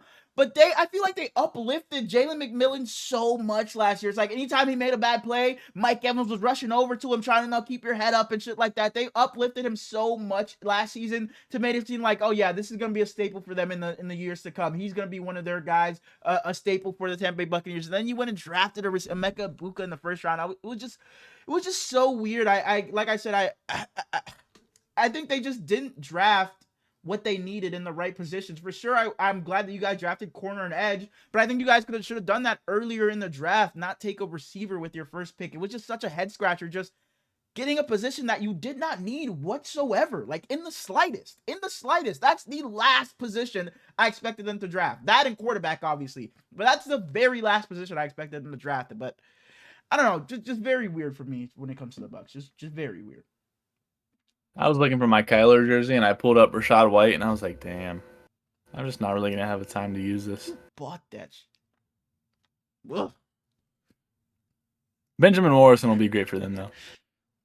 The Denver Broncos. I was hoping Tez Johnson would fall to them in the last round, but the bitch-ass Buccaneers wanted to take him instead. The Broncos go Jahdae Barron, R.J. Harvey, Pat Bryant, Savion Jones, Q Robinson, Jeremy Crawshaw, and Caleb Lohner. I gave the Denver Broncos a B-. I think the Broncos did a fine job. I would have liked Sorry. I would have liked to have seen them be able to snag one of those tight ends earlier on in the draft, but it just didn't end up working that way. But I think they did a great job nonetheless. You get Jahdae Barron, a guy that you could put next to PS2. So that defense, a defense that already was the best in the league, just got a lot better. So I think they should be fine in that sense. And then your running back play was awful all of last season. You get RJ Harvey and you get Pat Bryant, who should fit in nicely with Bo Nix. Who was the guy that Bo Nix's brother, like he got adopted to Bo Nix's family? Tez Johnson. Tez Johnson. That was a cool little video. I watched like a video about it. That was a cool little like moment. That's who I literally just mentioned. They got drafted to the Buccaneers. Sorry. When I said I was hoping Tez Johnson would fall to the Broncos in the 7th round. Sorry. Tez Johnson weighed in at about 154 pounds at the combine, and he ran like a 4.7 40. back to the Broncos. I think they did a great job. Like I said, I would have loved them to snag one of the tight ends, but I think they pivoted very well. You get the guy next to not Cortland Sutton. Well, Pat Bryant next to Cortland Sutton, I guess. But you get RJ Harvey for a team. We talked about it all last season. You have a rookie quarterback, and their run game was just putrid all last season. They just had nobody back there. And Jahdae Barron, like I said, this defense was already the best in the league last year, and they just got better. So I'm looking for the AFC West is gonna be a dogfight, man. It's gonna be so much fun to watch. Jahdae Barron is fucking awesome. I hate the RJ Harvey pick. He's already 24 years old as a running back. And Pat Bryant is going to fit amazing with Cortland Sutton. I gave him a C+. I hate to say it, but I think I'm bought in on the Broncos. Devin! We fucking made it, man. We fucking made it. And the fact that I just need a fucking quarterback that won't suck ass, bro. Damn. We didn't make shit, Devin. We didn't make shit. We didn't make shit. That's crazy. That is crazy. Like at 21, the Steelers go Derek Carmen. We already mentioned his story with his mother. Rest in peace. Yeah, man. They go Caleb. So fucking sad, man. Caleb Johnson, Jack Sawyer, YAAAA Black, Will Howard, Carson Bruner, and Dante Kent. You can go on this one. I'm fucking looking for my shit. I give the Steelers an A-. Derek Carmen was a major surprise for me because they just had so many holes on offense. But he truly is amazing. Again, you don't really need a D tackle when you don't have a quarterback, receiver, or tight end after Muth. Caleb Johnson isn't the running back I would have taken, but he's going to be amazing, and he'll probably be the running back 1 immediately. Jack Sawyer is a wild card. He could come in there and put some weight in on his lower half and just be an absolute dog like he was at Ohio State. Was he ever projected? I swear was he ever projected to be like a first rounder guy? Yeah, I swear a year ago, he was projected. He was a 5-star coming out of high school. That's what I was going to say. I swear he was projected to be higher. He's just so thin down low, and our system isn't great for edges. I mean, you're going to look amazing and everything, but at the same time, if you're more of like I think JT Tuimoloau is more of an outside linebacker, and he was used purely as an edge. So it's weird. Okay. YAAAA Black's a cool defensive tackle as well. Will Howard could come in there, and if they don't go Rodgers, could dead ass just be your starter because Mason Rudolph stinks and Skylar Thompson stinks even more. I think he'll play a lot this year. I really do. Well, Will Howard? If they don't get Aaron Rodgers, yeah, I think he'll play a lot this year. Because Mason Rudolph, they'll probably be, Mason Rudolph's going to be our guy, then he's going to be fucking putrid, and they just turn to Will Howard. I think he'll play a lot. But I gave the Steelers a B for this draft. I thought it was a pretty good draft. Like you said, I was a little bit surprised at the Derek Carmen pick. The Derek Carmen pick. Like you said, I think there was some other places I expected them to go, but I don't mind it. You have Cam Hayward who's getting up there in age, so I don't mind you get I guess the not predecessor, the what's the word? Protege. Protege, I guess works. Protege for Cam Hayward. So you get Derek Carmen and the Caleb Johnson pick. Caleb Johnson pick I like because you have Najee Harris who left and Jaylen Warren wasn't phenomenal for you last season. So you get a fresh running back in, a young running back in that you can kind of I guess Cordero Patterson. You know with the Falcons? Yeah. No, he left the Falcons. He was with the Steelers. Was he not? It's the Falcons or the Steelers. Yeah. He was with the Steelers last year. I was saying this year. I didn't know if he left. I don't think so. Well, I don't fucking know. He's still a Steeler. Okay. But yeah, I didn't hate this draft for the Steelers, but I didn't absolutely love it. So I give it a B. I like the Derek Carmen pick. Like I said, he's going to be the protege of Cam Hayward, so I think he'll be just fine there. That defensive line has already been great for the Steelers, so it was a bit weird, like I said, because that's probably not the place you really needed much. But it is what it is, and I like the Caleb Johnson pick as well. So I think they'll be just fine. You actually have a decent running back for once, maybe. Najee Harris, you're on my Chargers now. Please be decent. He's not going to see the ball. Speaking of the Chargers, we go Omarion Hampton, Trey Harris, Jamari Caldwell, Kyle Kennard, Keandre Lambert-Smith, Oronde Gadsden II, Branson Taylor, RJ Mickens, and Trequezy Bridges. I gave the Los Angeles Chargers a B for this draft. I know some people would have preferred that they would have taken somebody else at running back. I know you're probably going to say, why don't you take Travion Henderson?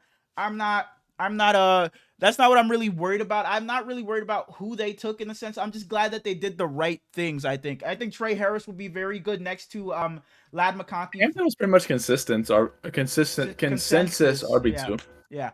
I'm glad, like I said, I'm glad they took the positions of need. They took Trey Harris, who I think will be damn good next to Ladd McConkey. They got a running back. Dark texted out immediately. He was like, damn, so no Najee. Fuck Najee Harris. They got a running back in to help that running back room, which was kind of weird though, because it's like you guys didn't have to draft a running back if you would have just brought back J.K. Dobbins. But hey, it is what it is. You let him walk, so you brought in a running back, which I didn't mind. But I think, like I said, I think they just drafted well at each spot. They just drafted the right positions. I think they just drafted things of necessity, players of necessity. So I gave this draft, I think what I said, a B for the Chargers. I think they did a pretty fine job, pretty good job. I gave him an A-. I think they did amazing. Omarion Hampton, he's not a Buckeye, so I wouldn't have taken him, but he's amazing. If anybody's going to know how to squeeze everything out of him, it will be Jim Harbaugh. Trey Harris is just going to be beautiful next to Ladd McConkey. Keandre Lambert-Smith was one of my favorite later round receivers. Rondé Gadsden, I'm sorry, Will Dissly, but he's probably going to come in and be the immediately starting tight end, and he's going to fit amazing with Justin Herbert. And then R.J. Mickens at number 214 is just crazy value. And then undrafted free agency, they picked up my favorite player in the entire class, Raheem Sanders, Rocket Sanders, big-ass fucking stocky running back who I believe will make their 53-man roster. Packers, Matthew Golden, Anthony Belton, Davion Williams, Baron Sorrell, Colin Oliver, Warren Brinson, Micah Robinson, and John Williams. I gave the Green Bay Bro, I'm done with this fucking gum. I gave the Packers a B-. I think they got, like, in Matthew Golden, they took not number one overall, but with their first pick. A lot of people look at it, and I don't know where I really stand in this camp, because yeah, they have a lot of talented receivers, and I've said they should go get their guy. But I meant, like, go get a guy that's already in the NFL and already is a certified guy. But they go and draft a guy hoping him to be their number one guy in Matthew Golden. So I think it could get a little bit convoluted, I think is the word. Just kind of a little bit messy in that running back. Somebody's going to get moved. Not running back in that wide receiver room. Exactly. I think it's just going to be a bit too much. I think it's the same situation you were in. It's like you have so many guys. It's like, who's going to step up to be the guy? I hope Matthew Golden does, and I think he can step up to be the guy, but I think you're still in the same situation if you're the Packers, where it's like, we still haven't found our solidified guy. But I think 2 of your first 3 picks were receivers. In already crowded receiver. That's what it's like. I just don't think you drafted the right positions when it's like, we all offseason I said, go find your guy, and I guess they thought they did, but it's just, now you have, instead of having 5 guys who could be a number 2 guy, you have 7 guys who could be a number. It's just weird for the Packers. So what did I say? I give them a B-. I wasn't a huge fan of this, but Anthony Belton I think will be good for them. They got a tackle for an offensive line that I think could use some help. Jordan Love doesn't have to be running for his life or anything like that.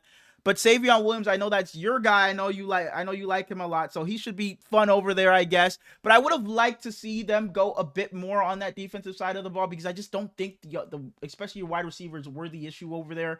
Or maybe they were an issue, but I just don't think it's an issue that the draft could help you with primarily. So Jair got to be safe at this point, right? Like, he's not getting moved until at least next that's season. what I thought. I thought they would go corner, but I guess so. Matthew Golden and Savion Williams, I adore both of them. They're just not the position of need. I give the Packers a C. I pretty much hate their draft. But as long as Jordan chills with some of the interceptions, they're still going to be good. They're just a talented football team. 24, the Minnesota Vikings, the winners of the draft, who traded for Sam Howell, the fucking geniuses that they are, to play under Kevin O'Connell and be the next Super Bowl MVP. They take Donovan Jackson, Ohio State, Ty Felton, Tyrion Ingram Dawkins, Kobe King, and Gavin Bartholomew. I give the Vikings a C+. Donovan Jackson, you are a Minnesota Viking. Congratulations, Skull. Buckeyes to the Vikings, always a beautiful thing to happen. Ty Felton will be a great wide receiver 3 behind Jordan Addison. I was like, whoa. And Justin Jefferson. And after that, I just don't really care about their draft. Kobe King and Gavin Bartholomew specifically is just cool. Yeah, this is a draft I not that I know a bunch about most of them, but this was a draft class for the Vikings that I really didn't know much about to begin with. But I obviously Donovan Jackson I do like, so I ended up giving them a C. Would you give them a C- or So I gave them a C. They only had 5 picks in this draft. We talked about this in our mock draft that they had one of the fewer picks. So they only had 5. But I think they did a solid job. So I gave them a C. It is what it is. But I like the pick of Donovan Jackson. I think he should help that offensive line. And I think who they lose, Garrett Bradbury in this offseason. So they not replace him, but they get somebody on the offensive line to help. So I gave them a C. They already got both Colts guys. They're center and right guard to replace Garrett Bradbury. So I don't really know. That line's going to be phenomenal, though, for J.J. McCarthy. I'm so excited for him. The Houston Texans go Jaden Higgins, Aronce Ursery. Weird one. Jalen Noel, Woody Marks, Jalen Reed, Graham Mertz, Keontae Hamilton, and Luke Lackey. The Texans, I gave them, I gave them a C. It was just weird that instead of just taking an offensive lineman, you trade out of the first round to, I'm not, like, again, they did the right thing because they ended up taking an offensive lineman in the second, but it was just weird that you trade back out of the first when you could have taken a guy like, who was it? Your boy, Josh Simmons. You could have taken a tackle right there, but you trade back and wait to take one in the second. And I don't mind you taking receiver here because you lose Stephon Diggs and Tank Dell probably out for the entirety of the season. So I think they did the right things in this draft, but I think maybe you just could have done this by sticking in the first. So it was weird, but what did I say? A C, a C plus. I just a C. I just think it was just weird for them to trade back out of the first to take an offensive lineman in the second. It was just odd to me. I gave him a B, man.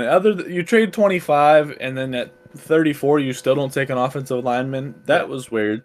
But I like Jaden Higgins. I like Jalen Noel. Woody Marks, not my guy, but cool. I don't like the Christian Kirk trade now after this draft because why trade for him and then draft 2 receivers, both out of Iowa State? I was talking about my homies during this draft, and it's like, what if they don't fuck with each other? Like, you draft, like, the one gets drafted, and it's like, yes, I'm finally away from dude. That guy. Then he just gets drafted with him. But it's cool. Texans, all right. I wish they would have brought in more protection, though. CJ Stroud might just get fucking killed this year. The LA Rams. They go former Thunder, Terrence Ferguson, Josiah Stewart, Jarquez Hunter, Ty Hamilton, Chris Paul Jr., and Kanata Mumpfield. Chris Paul Jr., I know that was your guy. He's one of my guys, big time. Yeah, where are Chris Paul Jr., Jeffrey Bassa, and Smile London Jr. I made a tweet where I was like, whoever ends it, because it was at least 4th round. It was day 3 for sure. I made a tweet and I was like, whoever gets these 3 guys, it's gonna show who the truly are the intelligent franchises. And he goes to Chris Paul Jr. goes to the Rams. I think Smile London went to the Chiefs, and then Jeffrey Bassa went to the Eagles. So 3 smart franchises. Yeah. I gave the Rams. I just fucking had it. Sorry. I gave the Rams a B-. I think they did a pretty good job in this draft. They take Terrence Ferguson, a tight end, in a position of need in this draft. They go Jarquez Hunter. We're both not fans of Kyron Williams, so I think that not necessarily an upgrade, but maybe you have a guy that one day is your number 1 back instead of Kyron Williams, because I'm not a huge fan. Like I said, they get your guy Chris Paul Jr. and they get an edge rusher in Josiah Stewart. I think this defense can be.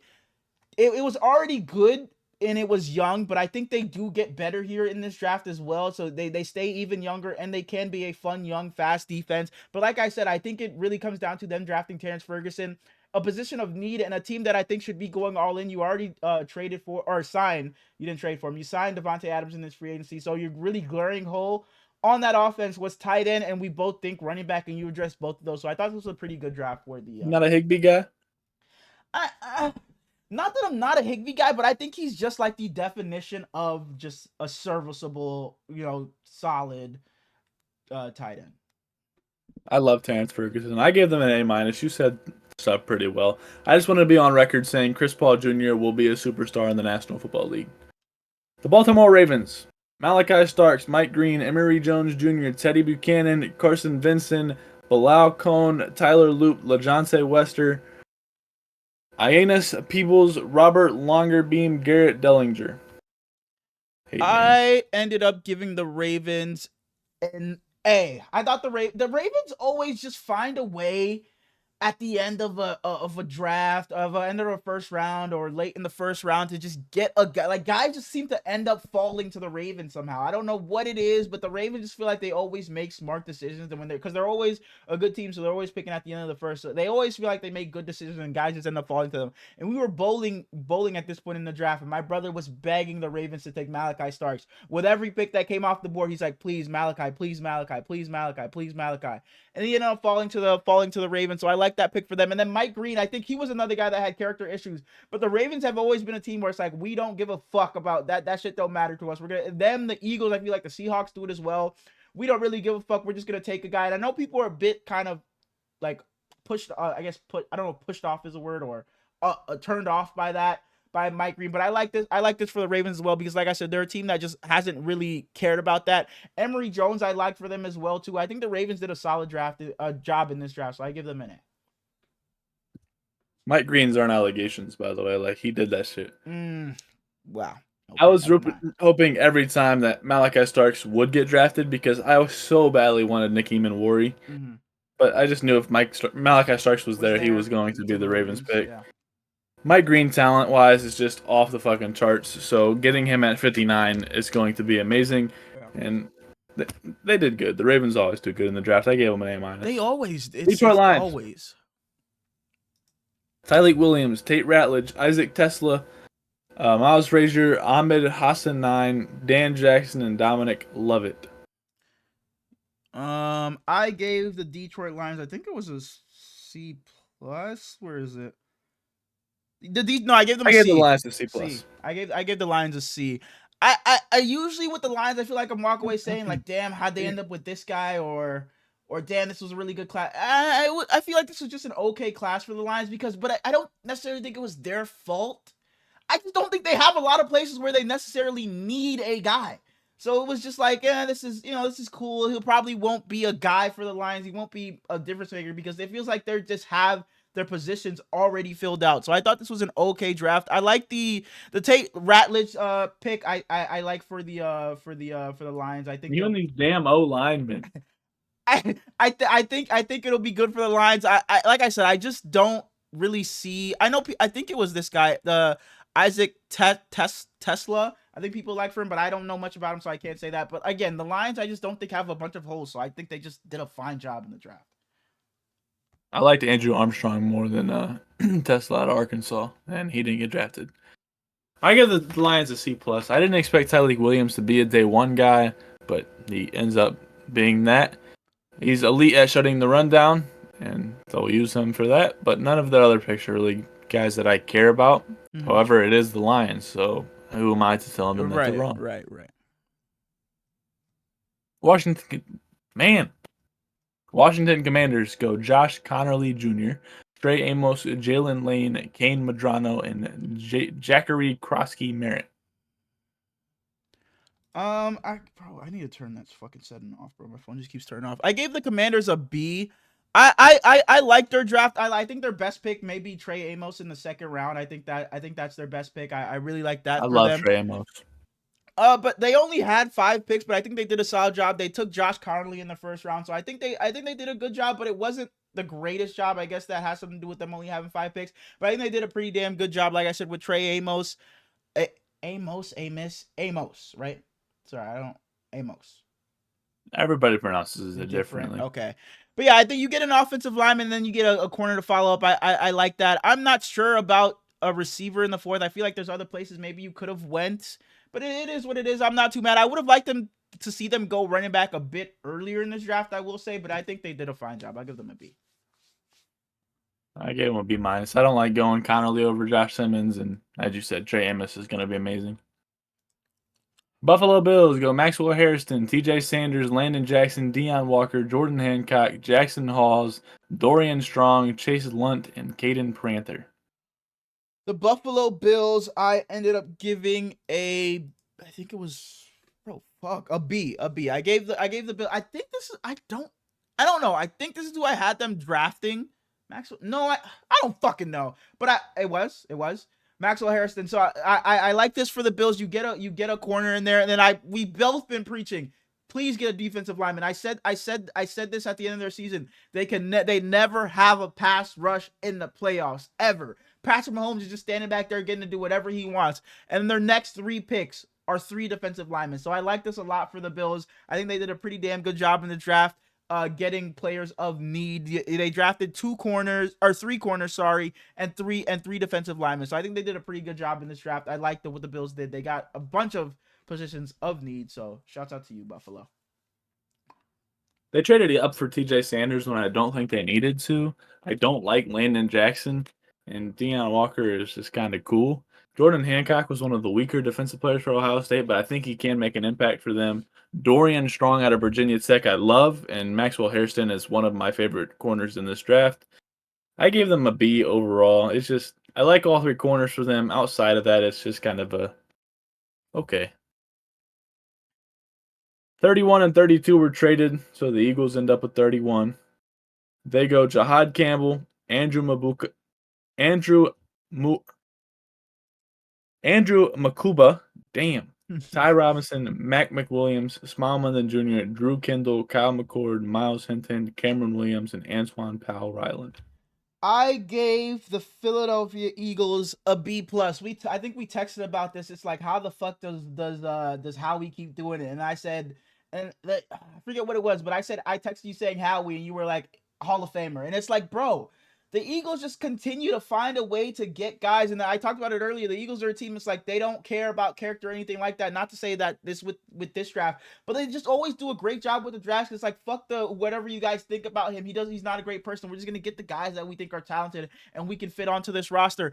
And it's kind of weird because I said this about the Lions, where it's like they're stacked everywhere, so it didn't really matter. The Eagles are stacked everywhere, but I still think they did a great job in this draft. You have Jahad Campbell, who's gonna play next to Zach Bron. I think that's a great job. You draft Andrew Makuba,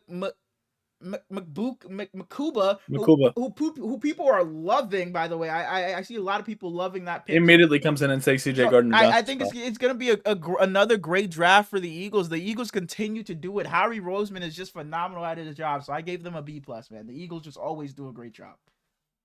I would have taken Jahad Campbell top 10. Wow. And he went 31st. And Andrew Makuba is insane. Kyle McCord is going to be a fun backup quarterback. And as I said, Smile London Jr., one of my favorites. Kansas City Chiefs end up with number 32. They go Josh Simmons. They take Omar Norman Lott, Ashton Gillette, Noel Williams, Jalen Royals, Jeffrey Bassa, and Brashard Smith. I gave the Kansas City Chiefs a B+. 32nd pick is my final A+. I think the Chiefs were fucking phenomenal. Josh Simmons should not have fallen as far as he did. He has the injury concern, but he is amazing. He can play anywhere on your line. Omar Norman Lott, some people consider him the second best defensive tackle in the class. Yeah, people liked him a lot. Jalen Royals at 133 is a steal. He's fast as hell, and you know the last couple of drafts the Chiefs have been going their fast-ass receivers. And then Jeffrey Bassa, he's one of the 3 linebackers that I already mentioned, and I can't mention him enough. And then Brashard Smith at running back. I don't know what the situation will end up being with Pacheco, but Brashard Smith is one of them ones. No, they got Elijah Mitchell over there now, so they'll be all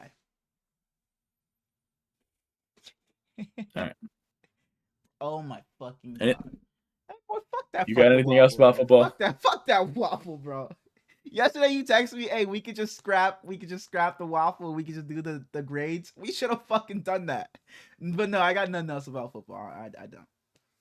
You being dead ass? We can scrap it. You can get a little bit of sleep. I'm not being dead ass. I'm not being dead ass. Let's do this waffle, man. All right, if you came for football, we appreciate you for watching. We're gonna get into our Worldwide Wrestling Waffle. So if you don't like wrestling, then we'll see you next week. Hit that little notification button. We love you. TikTok will come back eventually. They will. SmackDown. John Cena opens the show. Crowd was booming. He once again told the announcer that he was disrespectful. He introduces him as the greatest of all time, never seen 17, blah, blah, blah, blah, blah. Randy's music hits as Cena is finally about to talk. He tells him that hustle, loyalty, and respect wasn't just his saying. It was who John Cena was. He tells him that the Make-A-Wish kids aren't just a number and that there's no way that's This started weird. He said he needs to have some damn kids himself. Yeah. And then John Cena says, "How dare you? I spent the last 25 years raising your kids." Looking at the crowd, he says, "Oh great, a 6-year-old gave me the finger." Yeah. Randy told him that these fans are the reason you're in Hollywood right now. And Cena was telling him that that's what I used to think. When I won, I thought it was we won, but we didn't win anything. I did. I've never needed a single one of these people. And Randy hits the line of, in this bizarro world where you're a bad guy and I'm the good guy. And I thought that was funny because different. And he tells him that I'm a third generation wrestling. He tells him that Cody's music hits and his wrestling has more than one royal family, and one of them families is mine. And you're not gonna ruin wrestling, not over my dead body. And Cena yells in his face, "Shut your mouth! When I leave here, what I want to do is make sure 3 generations of your family is erased." And Randy. And then he attacks Randy, and Randy hits him with an RKO. Yeah, this started weird. I was like, why Randy's saying you should have kids? I'm like, boy, what the fuck are they doing here, man? And then Cena's like, nah, I've been raising you guys' kids for the last 25 years. I got, okay, they saved it. Because it started a bit weird, but I'm not super excited. Let me just say I'm not excited to see this match. I just don't think it's gonna be a good match. Because I just don't know if Cena can go like that anymore. Randy can go, but I just don't know if Cena can anymore. I think it's not gonna be a good match in the sense like it's good graps and good wrestling. I think it's just gonna be, oh, we're seeing Randy Orton and John Cena for probably the last time, so it'll be cool to see. It'll just be more nostalgia than it is good wrestling. So I'm excited for this. I think they're doing a pretty good job. I enjoyed this promo battle a lot. We're getting a match at Backlash in St. Louis. For Axiom debut versus Los Garza, I don't have much of anything to say about that. I like that they're giving new interest. I like that they're giving debuts cool matches, but they're never going to lose. Axiom, big fan. Tiffany Stratton had her segment, and holy shit, I've lost any interest in Tiffany I ever had. Oh, bro, Tiffany, I'm a huge Tiffany Stratton fan. They have to go back to her being a heel. They have to. Watch, and Jade was no better. I don't. Oh boy, yes, she was. Oh, for sure. But neither of them are great on the mic. They're just kind of. Jade feels so forced when she's on the mic. I don't know what it is. It's too like robotic kind of. And Tiffany her cadence isn't great. It just doesn't work, I don't think. So it was weird seeing them go at it on the mic, but I was excited to see them, have a little match. But yeah, Tiffany has to go back to her old character, just being that little snobby white girl, and it's just hopefully when she's done with Nia, she goes back to that. There may be only one Charlotte Flair, but I guarantee you there's only one Tiffany Stratton. Mm-hmm. They had their match. It was an okay match. Mm-hmm. Naomi interrupts, starts swinging on her, and you can tell that not a single one of the punches was even close to landing. That shit pissed me off because it was so ugly. Mm-hmm. And I didn't want them back to feuding again anyways. And then Nia Big Ass comes in and hits Tiffy from behind and hits her with the Annihilator. I know you hated this segment. Hated the fuck out of it. Jade, you did your thing. Look fine as hell. And I saw a little post of like when she was standing by the everybody looking at her ass. And she was like, I'm okay with that. Yeah. And I was so happy because I love Jade, but like when she was against Naomi, I had to root against her because I adore Naomi. Well, you're gonna have to keep rooting against her. I was like, yes, I can be a fan again, but no. I'm glad that their feud is continuing. It deserved more than one match because they've done a great job, and Naomi's done a great job ever since she turned heel. So I expect her to get this win in their next match. She's been great so far, but we'll get to her last segment of the night, and it was fucking atrocious. Jacob Fatu enters with Solo Sikoa. Nobody in my family wanted him here besides me. This is Solo talking. Mm-hmm. He says that the one who made it all happen is me. I'm the reason Jacob is champion. I'm the one who brought him here. This is exactly what happens when you love your family. Mm-hmm. And he starts to just keep glazing himself, and Jacob rips the mic from his hand. Yeah, they had a nice shot where Jacob was like side-eyeing him when Solo was talking. I was like, oh, that's a pretty cool shot.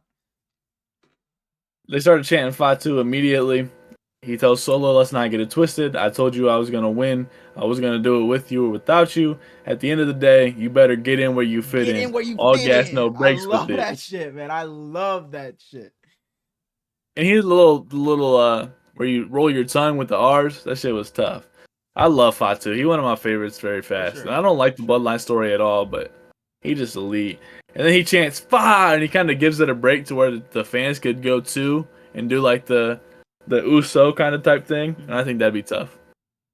And then LA Knight interrupts. He said, at WrestleMania, I guaranteed you would eat a BFT. And you did. I give credit where credit is due. It can happen to anybody at any time. Talking about losing. He said, I ain't worried about having a hell of a match. I'm worried about winning. I want my rematch, and I want it right now. And I'm thinking, okay, this is okay, whatever. And you get that shit.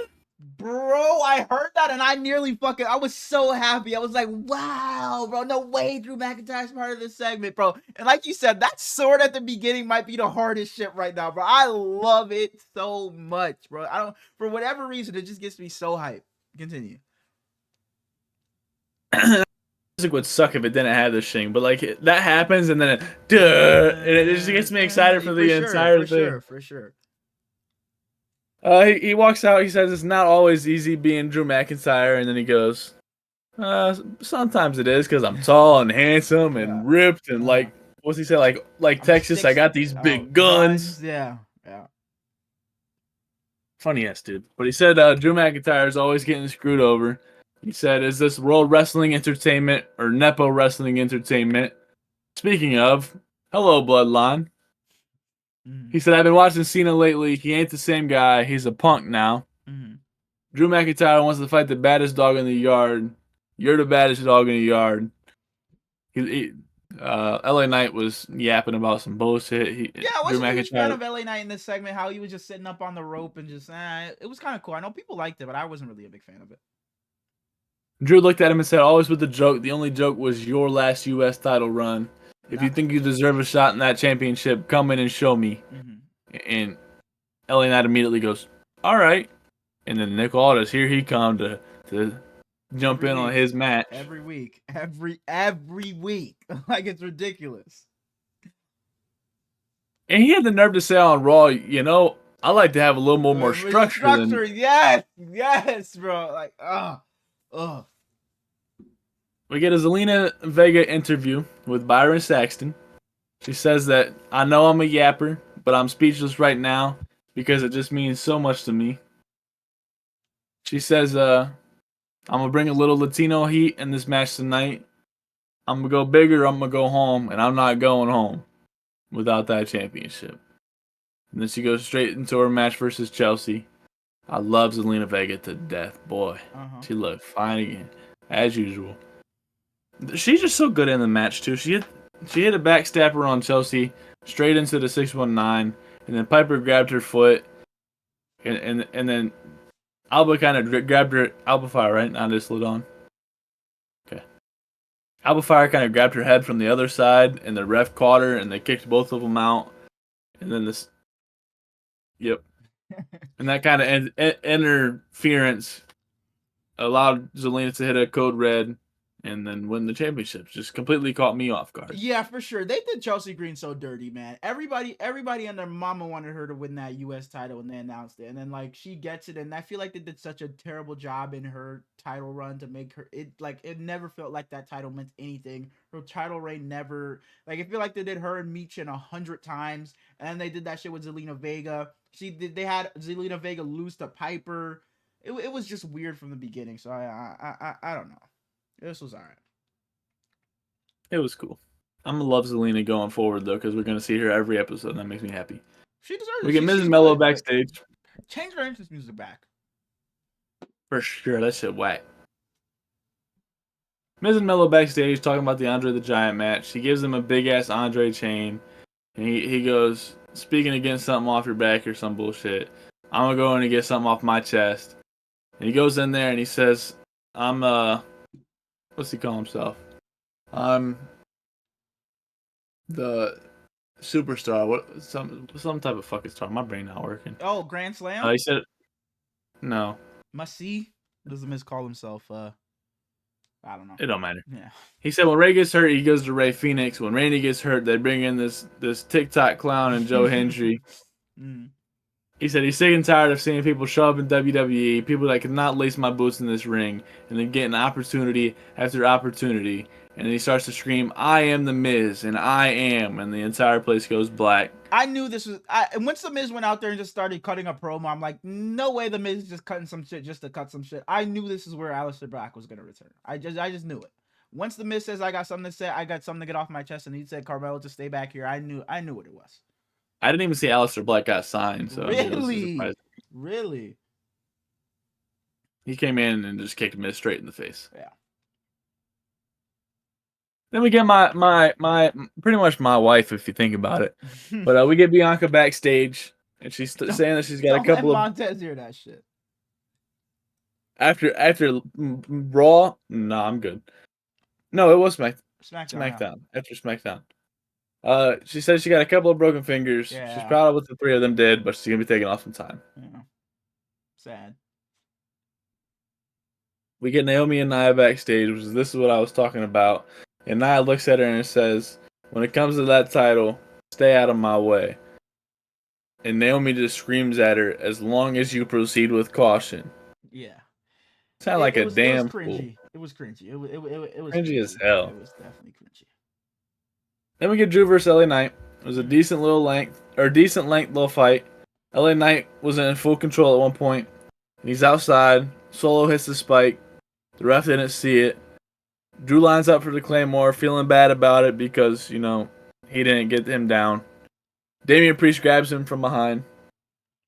Rips him out because Drew was talking shit about him early on. Yeah. So, I love Damian Priest, as you know, and I love Drew McIntyre. And Drew had said earlier on in the show, it's like, well, I got rid of Priest. He's going to be gone for a little while after what I did to him Mania. And like I was saying, they did a good job of making me care about this feud, but it's like, I was okay with the feud ending at Mania. I was okay with it. I was excited to see Drew, go against Jacob Fatu, go after the US title. But now it looks like he's going to, do a rematch or something with Damian Priest. So I was like a little underwhelmed, but I'm not super pissed off about it. It's, it is whatever. It was a decent match at Mania, so I'm happy to see them do it again. But I was just a little excited to see Drew do something else and go after a title. Him and Fatu would be a lot of fun. So I don't know. It just made me a little. I'm not upset is the word, but I don't know. Just disappointed that he's going to go back to doing it with Damian Priest. He gets the South of Heaven hit on him through the announce table, and then Priest and LA Knight have a little face off before Fatu just beats the shit out of him and ends the segment. Yeah, so it seems like maybe it's gonna be some fatal 4-way or something for that title or something like that. But which I don't want to see, to be honest. I'd rather them just run back both matches than do a fatal 4-way with all those guys. But hey, it is what it is. We have a little goofy segment with R-Truth backstage. I like this. I like this segment. He wants to beat John Cena. Mm-hmm. Jimmy looks at him and goes, "But you are grown up." Come on, dog. We get the ladder match for the tag champs, Motor City Machine Guns, DIY, and Street Profits. Mm-hmm. Wade mentions that this should have been a Mania match, which it should have been a Mania match. Yep. Ladder matches never end when they should end. If you just go up and grab the fucking thing off the ladder, that would make sense, but, can't do that. Ciampa looks horrible without his beard. Yeah.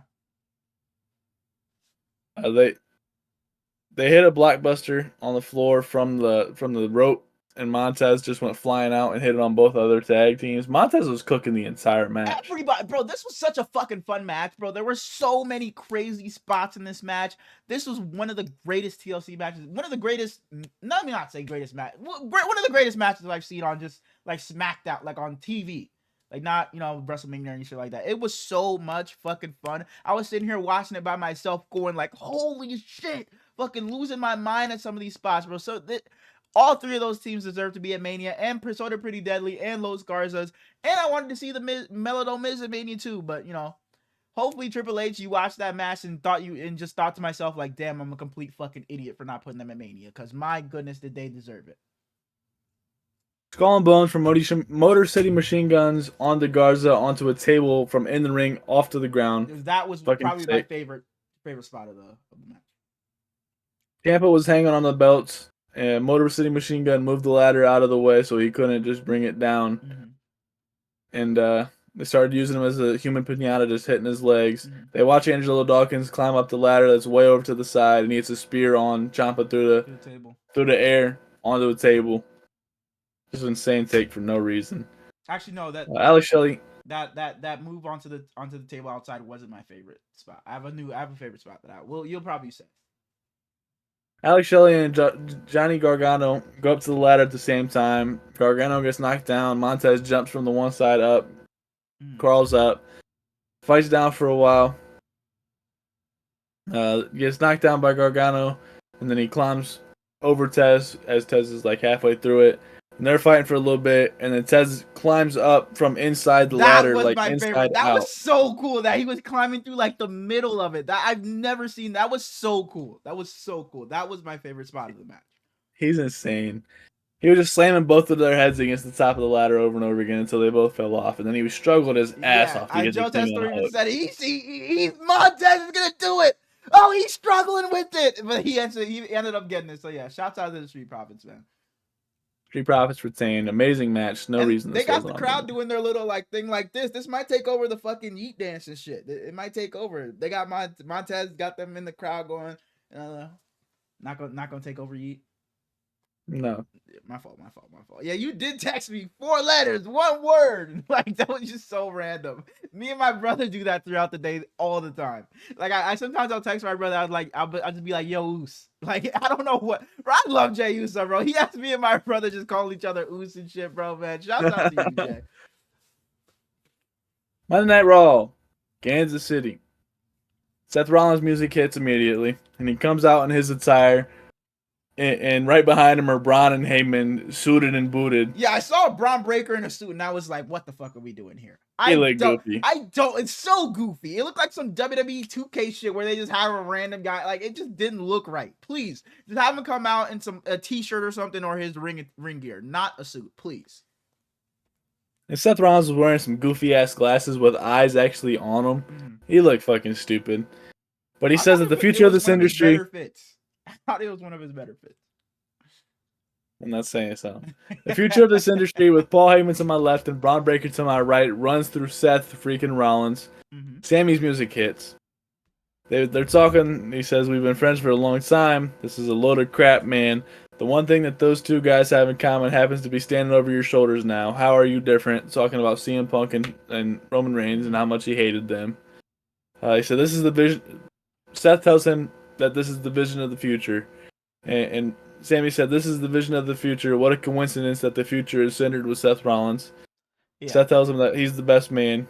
He says that the future... He said, this is the future, and you're either with us or you become a target. He says, it doesn't matter if I hate you or I love you. We can get you moved off of Monday Night Raw. He said, think about it, but you're going to have to come to an answer by the end of the night. It's because they're friends, so he's giving him an out. Yeah, it was weird. I've never been a huge Sami Zayn guy to begin with, because it's like, oh, he always just I'm the puppy dog guy, I'm the underdog and shit like that. But even then, you're aligning yourself with Paul Heyman. Motherfucker, you just did that. You just did that at War Games. You just were with Roman Reigns and Paul. Like, you literally just did it. So it just made no sense for him to come and say, what the fuck are you doing, Seth? You know, you're just jealous of what they had when you just did the same thing. So it was kind of weird for me But that was War Games, so it doesn't count. No, yeah, I've never been a Sami Zayn guy, and this didn't help his case either. I loved Sami and Kevin when they were going for the tag team belts, man. Loved them to death. And Sami when he was trying to beat Roman in his hometown. For sure. Yeah. The Elimination Chamber. Yeah. We get Rhea versus Roxanne. Roxanne is just absolutely amazing. And Mommy is, fortunately, Mommy. I'd beat the shit out of you for her. But, Roxanne just focuses on her leg over and over again, so weaken Rhea. As she's, we get an interruption from Julia. Just walks out there and talks shit to Rhea. Roxanne rolls up Rhea as that whole interaction's happening. Rhea tries hitting her with a riptide. Once again, gets interrupted by Julia with the kick to the bad leg that Roxanne has caused. They both beat up on Rhea for a little while. Io comes out to save her. They once again go back to their pack attack to beat the shit out of Io, and then Rhea comes in from out of the ring to save Io after Io just saved Rhea, and it's gonna be a tag match or something, I assume. But yeah, like I talked about last episode, I think it was. I think they're really just gonna have that all women's pay per view Evolution, and I think that's what they're just doing. They're just building up all these women because they have all these NXT women on the Raw roster. Can we, like, by the way, can we get some on SmackDown, please? Because SmackDown's women's fucking division is literally nobody. So I would love to see some over there. But yeah, I found this pretty fun. You know, Rhea needs to wrestle more. I'm excited to see Roxanne on TV. Yeah, I thought this was cool. We get the Judgment Day segment. Finn tells JD he thought he would have told him he was coming back. Liv tells Finn to get ready for their match, and he's like, "What match? What are you talking about?" And then they have a tag match with JD, and he just wants better communication going forward. The Judgment Day has been just much more interesting in the past couple of weeks. They've been a bit better the past couple of weeks. Logan Paul in ring. He's saying a bunch of bullshit per usual. And he's saying a true champion doesn't look like Jey Uso. And it's kind of cool seeing this segment and then watching Logan Paul's new video. Because like he did a whole reason of why he should be going after the people. And he even had the fucking women up there and he crossed off Io and he's like, I won't go against Io because I like her. I won't go against Roxanne because I don't really know her. And then he thinks about it and he goes, probably won't be going against any of the women, and it crosses all of them out. Okay. He's a fucking goober. But Jey Uso comes out, and he says he thinks after 15 years, trying to make a name for myself, finally become a world champion, that I will just hand this over to some punk-ass YouTuber like Logan Paul. Stop. What I will say, people are going to have to start coming at Logan Paul with something new that, oh, you're just a YouTuber and shit like that. Because he can go. So everybody just says the same thing, so people are going to have to start coming with something new. He says, I watched Gunther beat my twin to a bloody pulp. It did something to me. It lit a fire that is never going out again. That was a cool little line. It was. I love when Jay has to tell the crowd to stop yeeting because he's trying to get serious. This was a good promo. Then he finishes the promo with 4 letters, bro, 1 word. Why? Like Jay, it just gets to him, bro. It's something inside him. It's like, I'm fucking itching. I gotta say it, gotta do it. Like, bro, he has to. It was such a good. I mean, I'm fine that he did it at the end. If that's gonna be his new thing, that's fine. But yeah, it's like he'll tell them to stop, and like in the road to WrestleMania against Gunther, he's like, I'm not yeeting. I'm not coming out yeeting. And then the crowd chants one more time, and then he starts feeling it, starts feeling the beat, and then he's full blown just rocking with the crowd and shit. Logan tells him that he's gonna once again do what he does every time: crash out, screw up, lose that title faster than you lost your Intercontinental Championship, and Jay super kicks the fuck out of him. We get the War Raiders for Judgment Day. Yeah, I know some people are upset. I'm excited. I like both of them. Yeah, I know you're a Logan Paul guy, so I assume you would like it. But I'm not a huge Logan Paul guy. Yeah, I don't hate this either.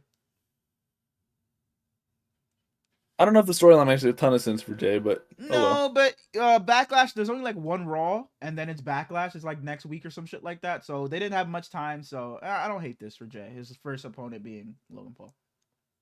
Can we skip the War Raiders versus Judgment Day? What happened in this match? New Day was on commentary. They were pretty cool. We can skip it. Penta stopped JD from attacking. Oh yeah. And he did his little dance on the announce table. Yeah, we move on. Oof. Sami backstage with Otis. Paul Heyman pulls up a chair, tells Otis to get the fuck out of here. He tells Sami that Bron Breakker not what he said. He said, "Do you mind? Can we have a word?" He was actually very polite about it. He looked at him and said, "Otis, get the fuck away from me." Exactly what he said. That's exactly what he said. Otis is pushing for a pickle prime, by the way. Continue. Like, because Logan be hanging out with Otis quite a bit backstage, and they're funny together. Anyways, he said Bron Breakker wants a match with you. You either accept the transfer to SmackDown and you immediately get a match against the winner of Cena and Randy, or you're gonna have to face the consequences of staying here. Whole bunch of other words, but that's pretty much the gist of it. Becky Lynch is in the ring. She's saying that we're not going to have a whole big... Okay. But this, this was a really good segment. I thought this was it the best segment of the. Yeah. Whoa. You do this every time you drop your camera. You just start dancing. Look, bookshelf emptied out. Starting to move stuff. I was like, oh, you just didn't want to read those anymore. But this was a pretty. I enjoyed this promo battle between Becky and read those anymore. Becky and Lara. You can go ahead and go in on the details on it, but I like this segment a lot. She says that we don't need a storyline, or we don't need an investigation on who attacked Bayley. It was me.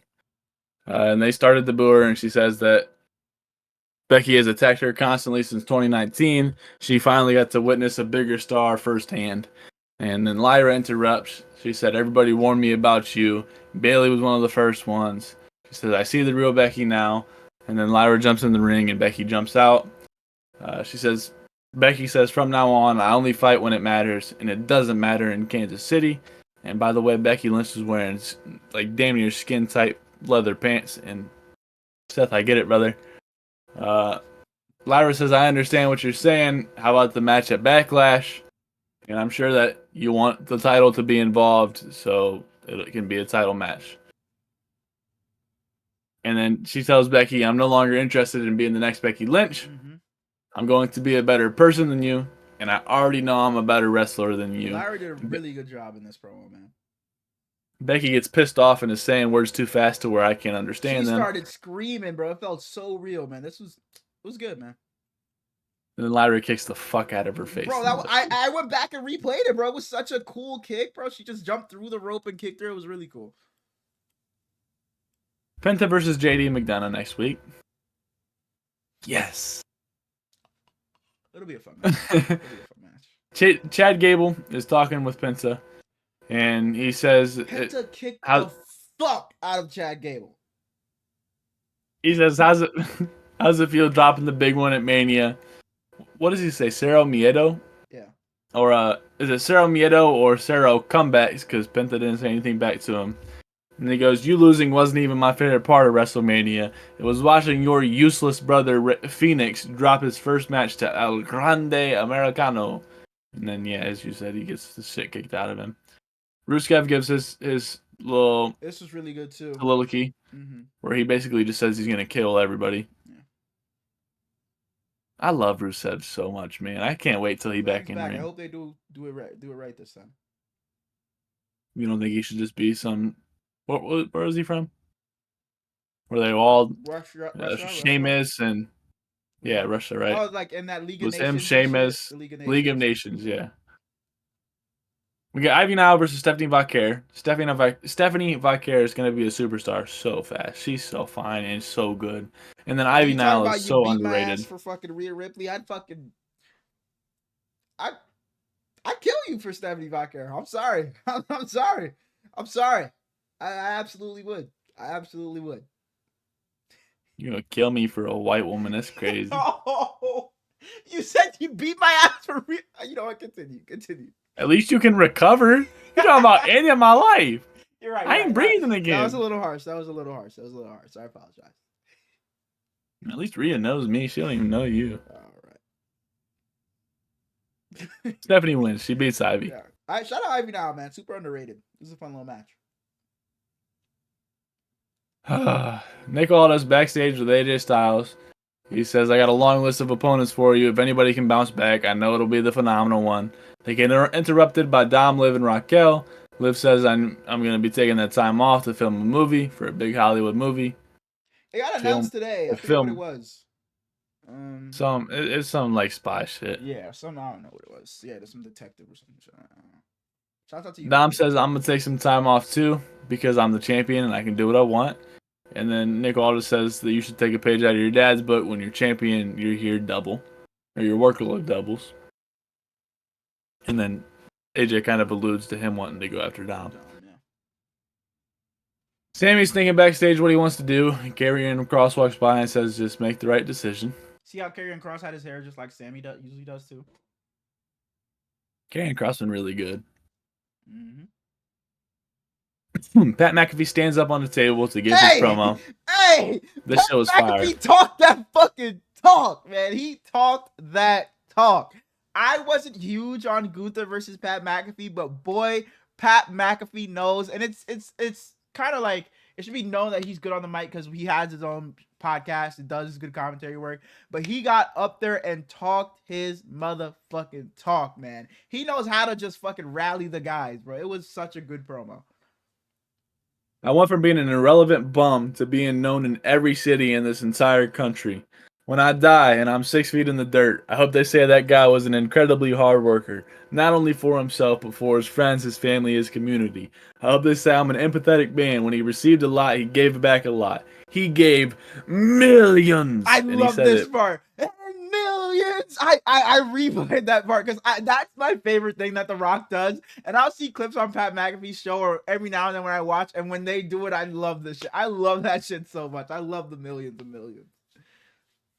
When I'm dead and gone, they will say that I was a loyal, and then it bleeps it out. And I don't know if he said motherfucker or son of a bitch. I thought it was motherfucker. I thought it was motherfucker, but then it kind of sounded like the crowd was chanting SOB, so. But I think he said motherfucker. He said, you're either with me or against me, and somebody that's been with me the entire time since I've known him is the greatest of all time, Michael Cole. If I die... What is it? Oh. He said, if I die, I die. You got a problem with Cole, you got a problem with me, Gunther. And then he screams, SmackDown's version of Adam Pearce, please come out here. Yeah. He wants it to... He says he doesn't like that Adam Pearce suspended Gunther. He wants him to suspend the ban on Gunther. And he wants to fight with Gunther ASAP. And he says that they can give him a sanctioned contest in a WWE ring, Gunther versus Pat McAfee at Backlash. It'll be phenomenal. Yeah, it'll be a fun match. I know people don't want to see it, but I think Pat McAfee can go. He can wrestle. He's had some matches. He had a match in NXT. I think he had a feud in NXT with Adam Cole. He had a match, I think, WrestleMania 38, I want to say, against Austin Theory. Pat McAfee can wrestle. He's pretty damn good. I know people don't want to see this for Gunther, but I think this will be fun. Gunther would obviously win, but I think it'll be fun. Sami backstage with Jay, and Jay tells him whatever decision you decide to make, it's going to be best for you, Oos. Love you, dog. And Sami tells him, thank you, that's exactly what I needed. He walks out. You just stay there with Jay for a second, and Logan punches the fuck out of him. And it dead ass made me jump in real life. Logan fucking clobbered him, bro. He says, karma, Oos. Yeet. He's just a low one, though. Yeet. Oh, okay. He eating all over the place. We cut back to Seth in ring. He says, I get you don't like Bron. You don't like Heyman. But this is me we're talking about. Last week, he's talking to Sami after Sami came out, by the way. Last week, I saw you come out and you celebrated with Jay because you guys are friends. And tonight I thought you were going to give me the same respect. How many true friends can you count that you've made in this business? Less than 5, but for me, you're one of those true friends. When my baby girl was born, you were one of the first people I called.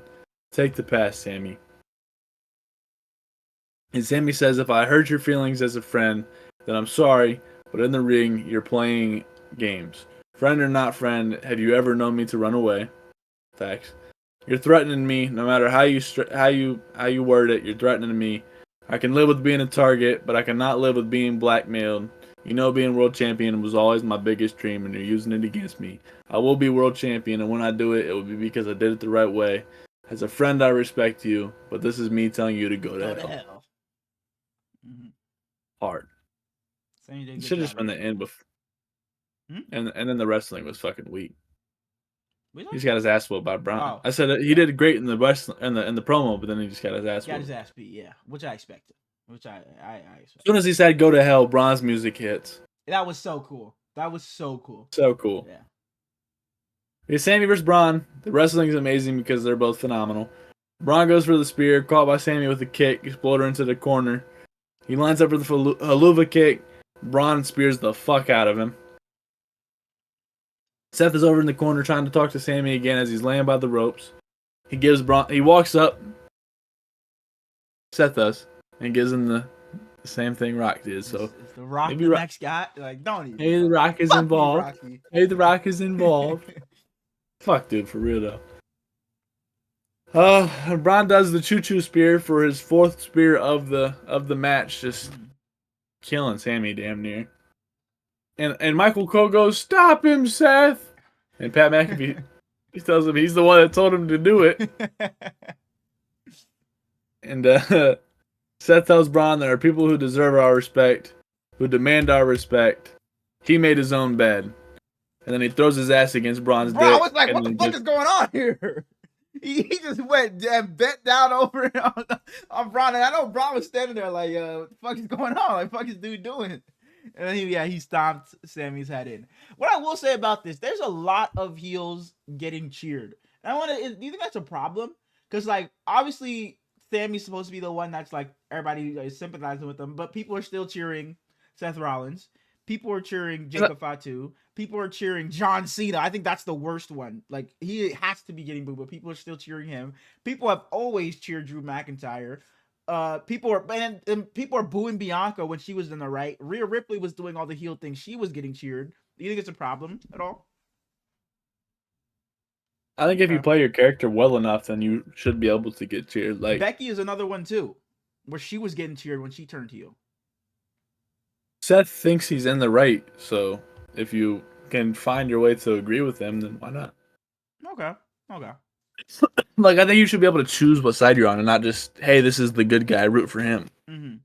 But it's like when the WWE is portraying it in a way, and I don't think you're wrong or anything. I'm just, devil's advocate. But when the WWE is like obviously portraying it to where like Seth is supposed to be the bad guy, Becky just attacked Lyra. Yeah, I get the Becky one, and like you're cheering her. So it's just, I feel like if it was only just the Seth one, I could understand it. But it feels like it's going on a lot right now to where there's so many heels just getting cheered. So I don't know. I just thought it was kind of just interesting.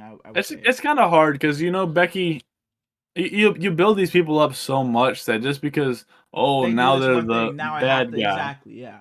Because like Drew's a heel, but I still I still love him. I still cheer for him. So I understand it, but it's just Drew's probably my favorite in the company for right sure. now. Me as well. But it's just I just thought it was a weird dynamic that a lot of heels are getting cheered. That's all I got. I like it though. Yeah, for sure. Well, we appreciate y'all for watching. Come back next week where we will talk about. Man, I meant to text you. It's like, yeah, we got the grades today, but it's like we were in such a good space where it's like, all right, we got our episodes planned out. We know what we're doing. It's like, man, we're feeling good. Because before that, we were in a lull with free agency. Then we were ranking the drafts, doing all that. And now it's like, I was thinking about it, like, shit, today's our last like planned episode. Then we're back to fucking pulling shit out of our ass. Because I told you about this. It's like, for that stretch, it was like, bro, I love doing this podcast, but I don't want to record this shit because what the fuck are we about to go and talk about? And for the past like month and a half building up to the draft, it's like, all right, well, I'm perfectly fine recording. I know what we're doing tonight. I'm all ready. I got my notes written down. I got my shit ready. Did all my homework, got my shit ready to say on the podcast. Now it's like I'm back to being. I just know next week's gonna come, and it's like, bro, I don't want to do this. Start thinking now what we can start talking about. I will. It's like, because I know eventually we'll get into the ranking our top 10 quarterbacks, receivers, running backs, but it's way too early to do that because we gotta save. If we do that now, what the fuck are we gonna do closer to? So it's just we're in a weird spot. We'll figure out something, but yeah, just bear with us, as we get through the off season. But yeah, we appreciate you guys watching. Appreciate you tuning in. Leave a like, comment, and sub if you haven't already. And yeah, we'll see you guys someday next week. We don't know what our exact days are, but we'll see you guys next week. Peace. Love ya.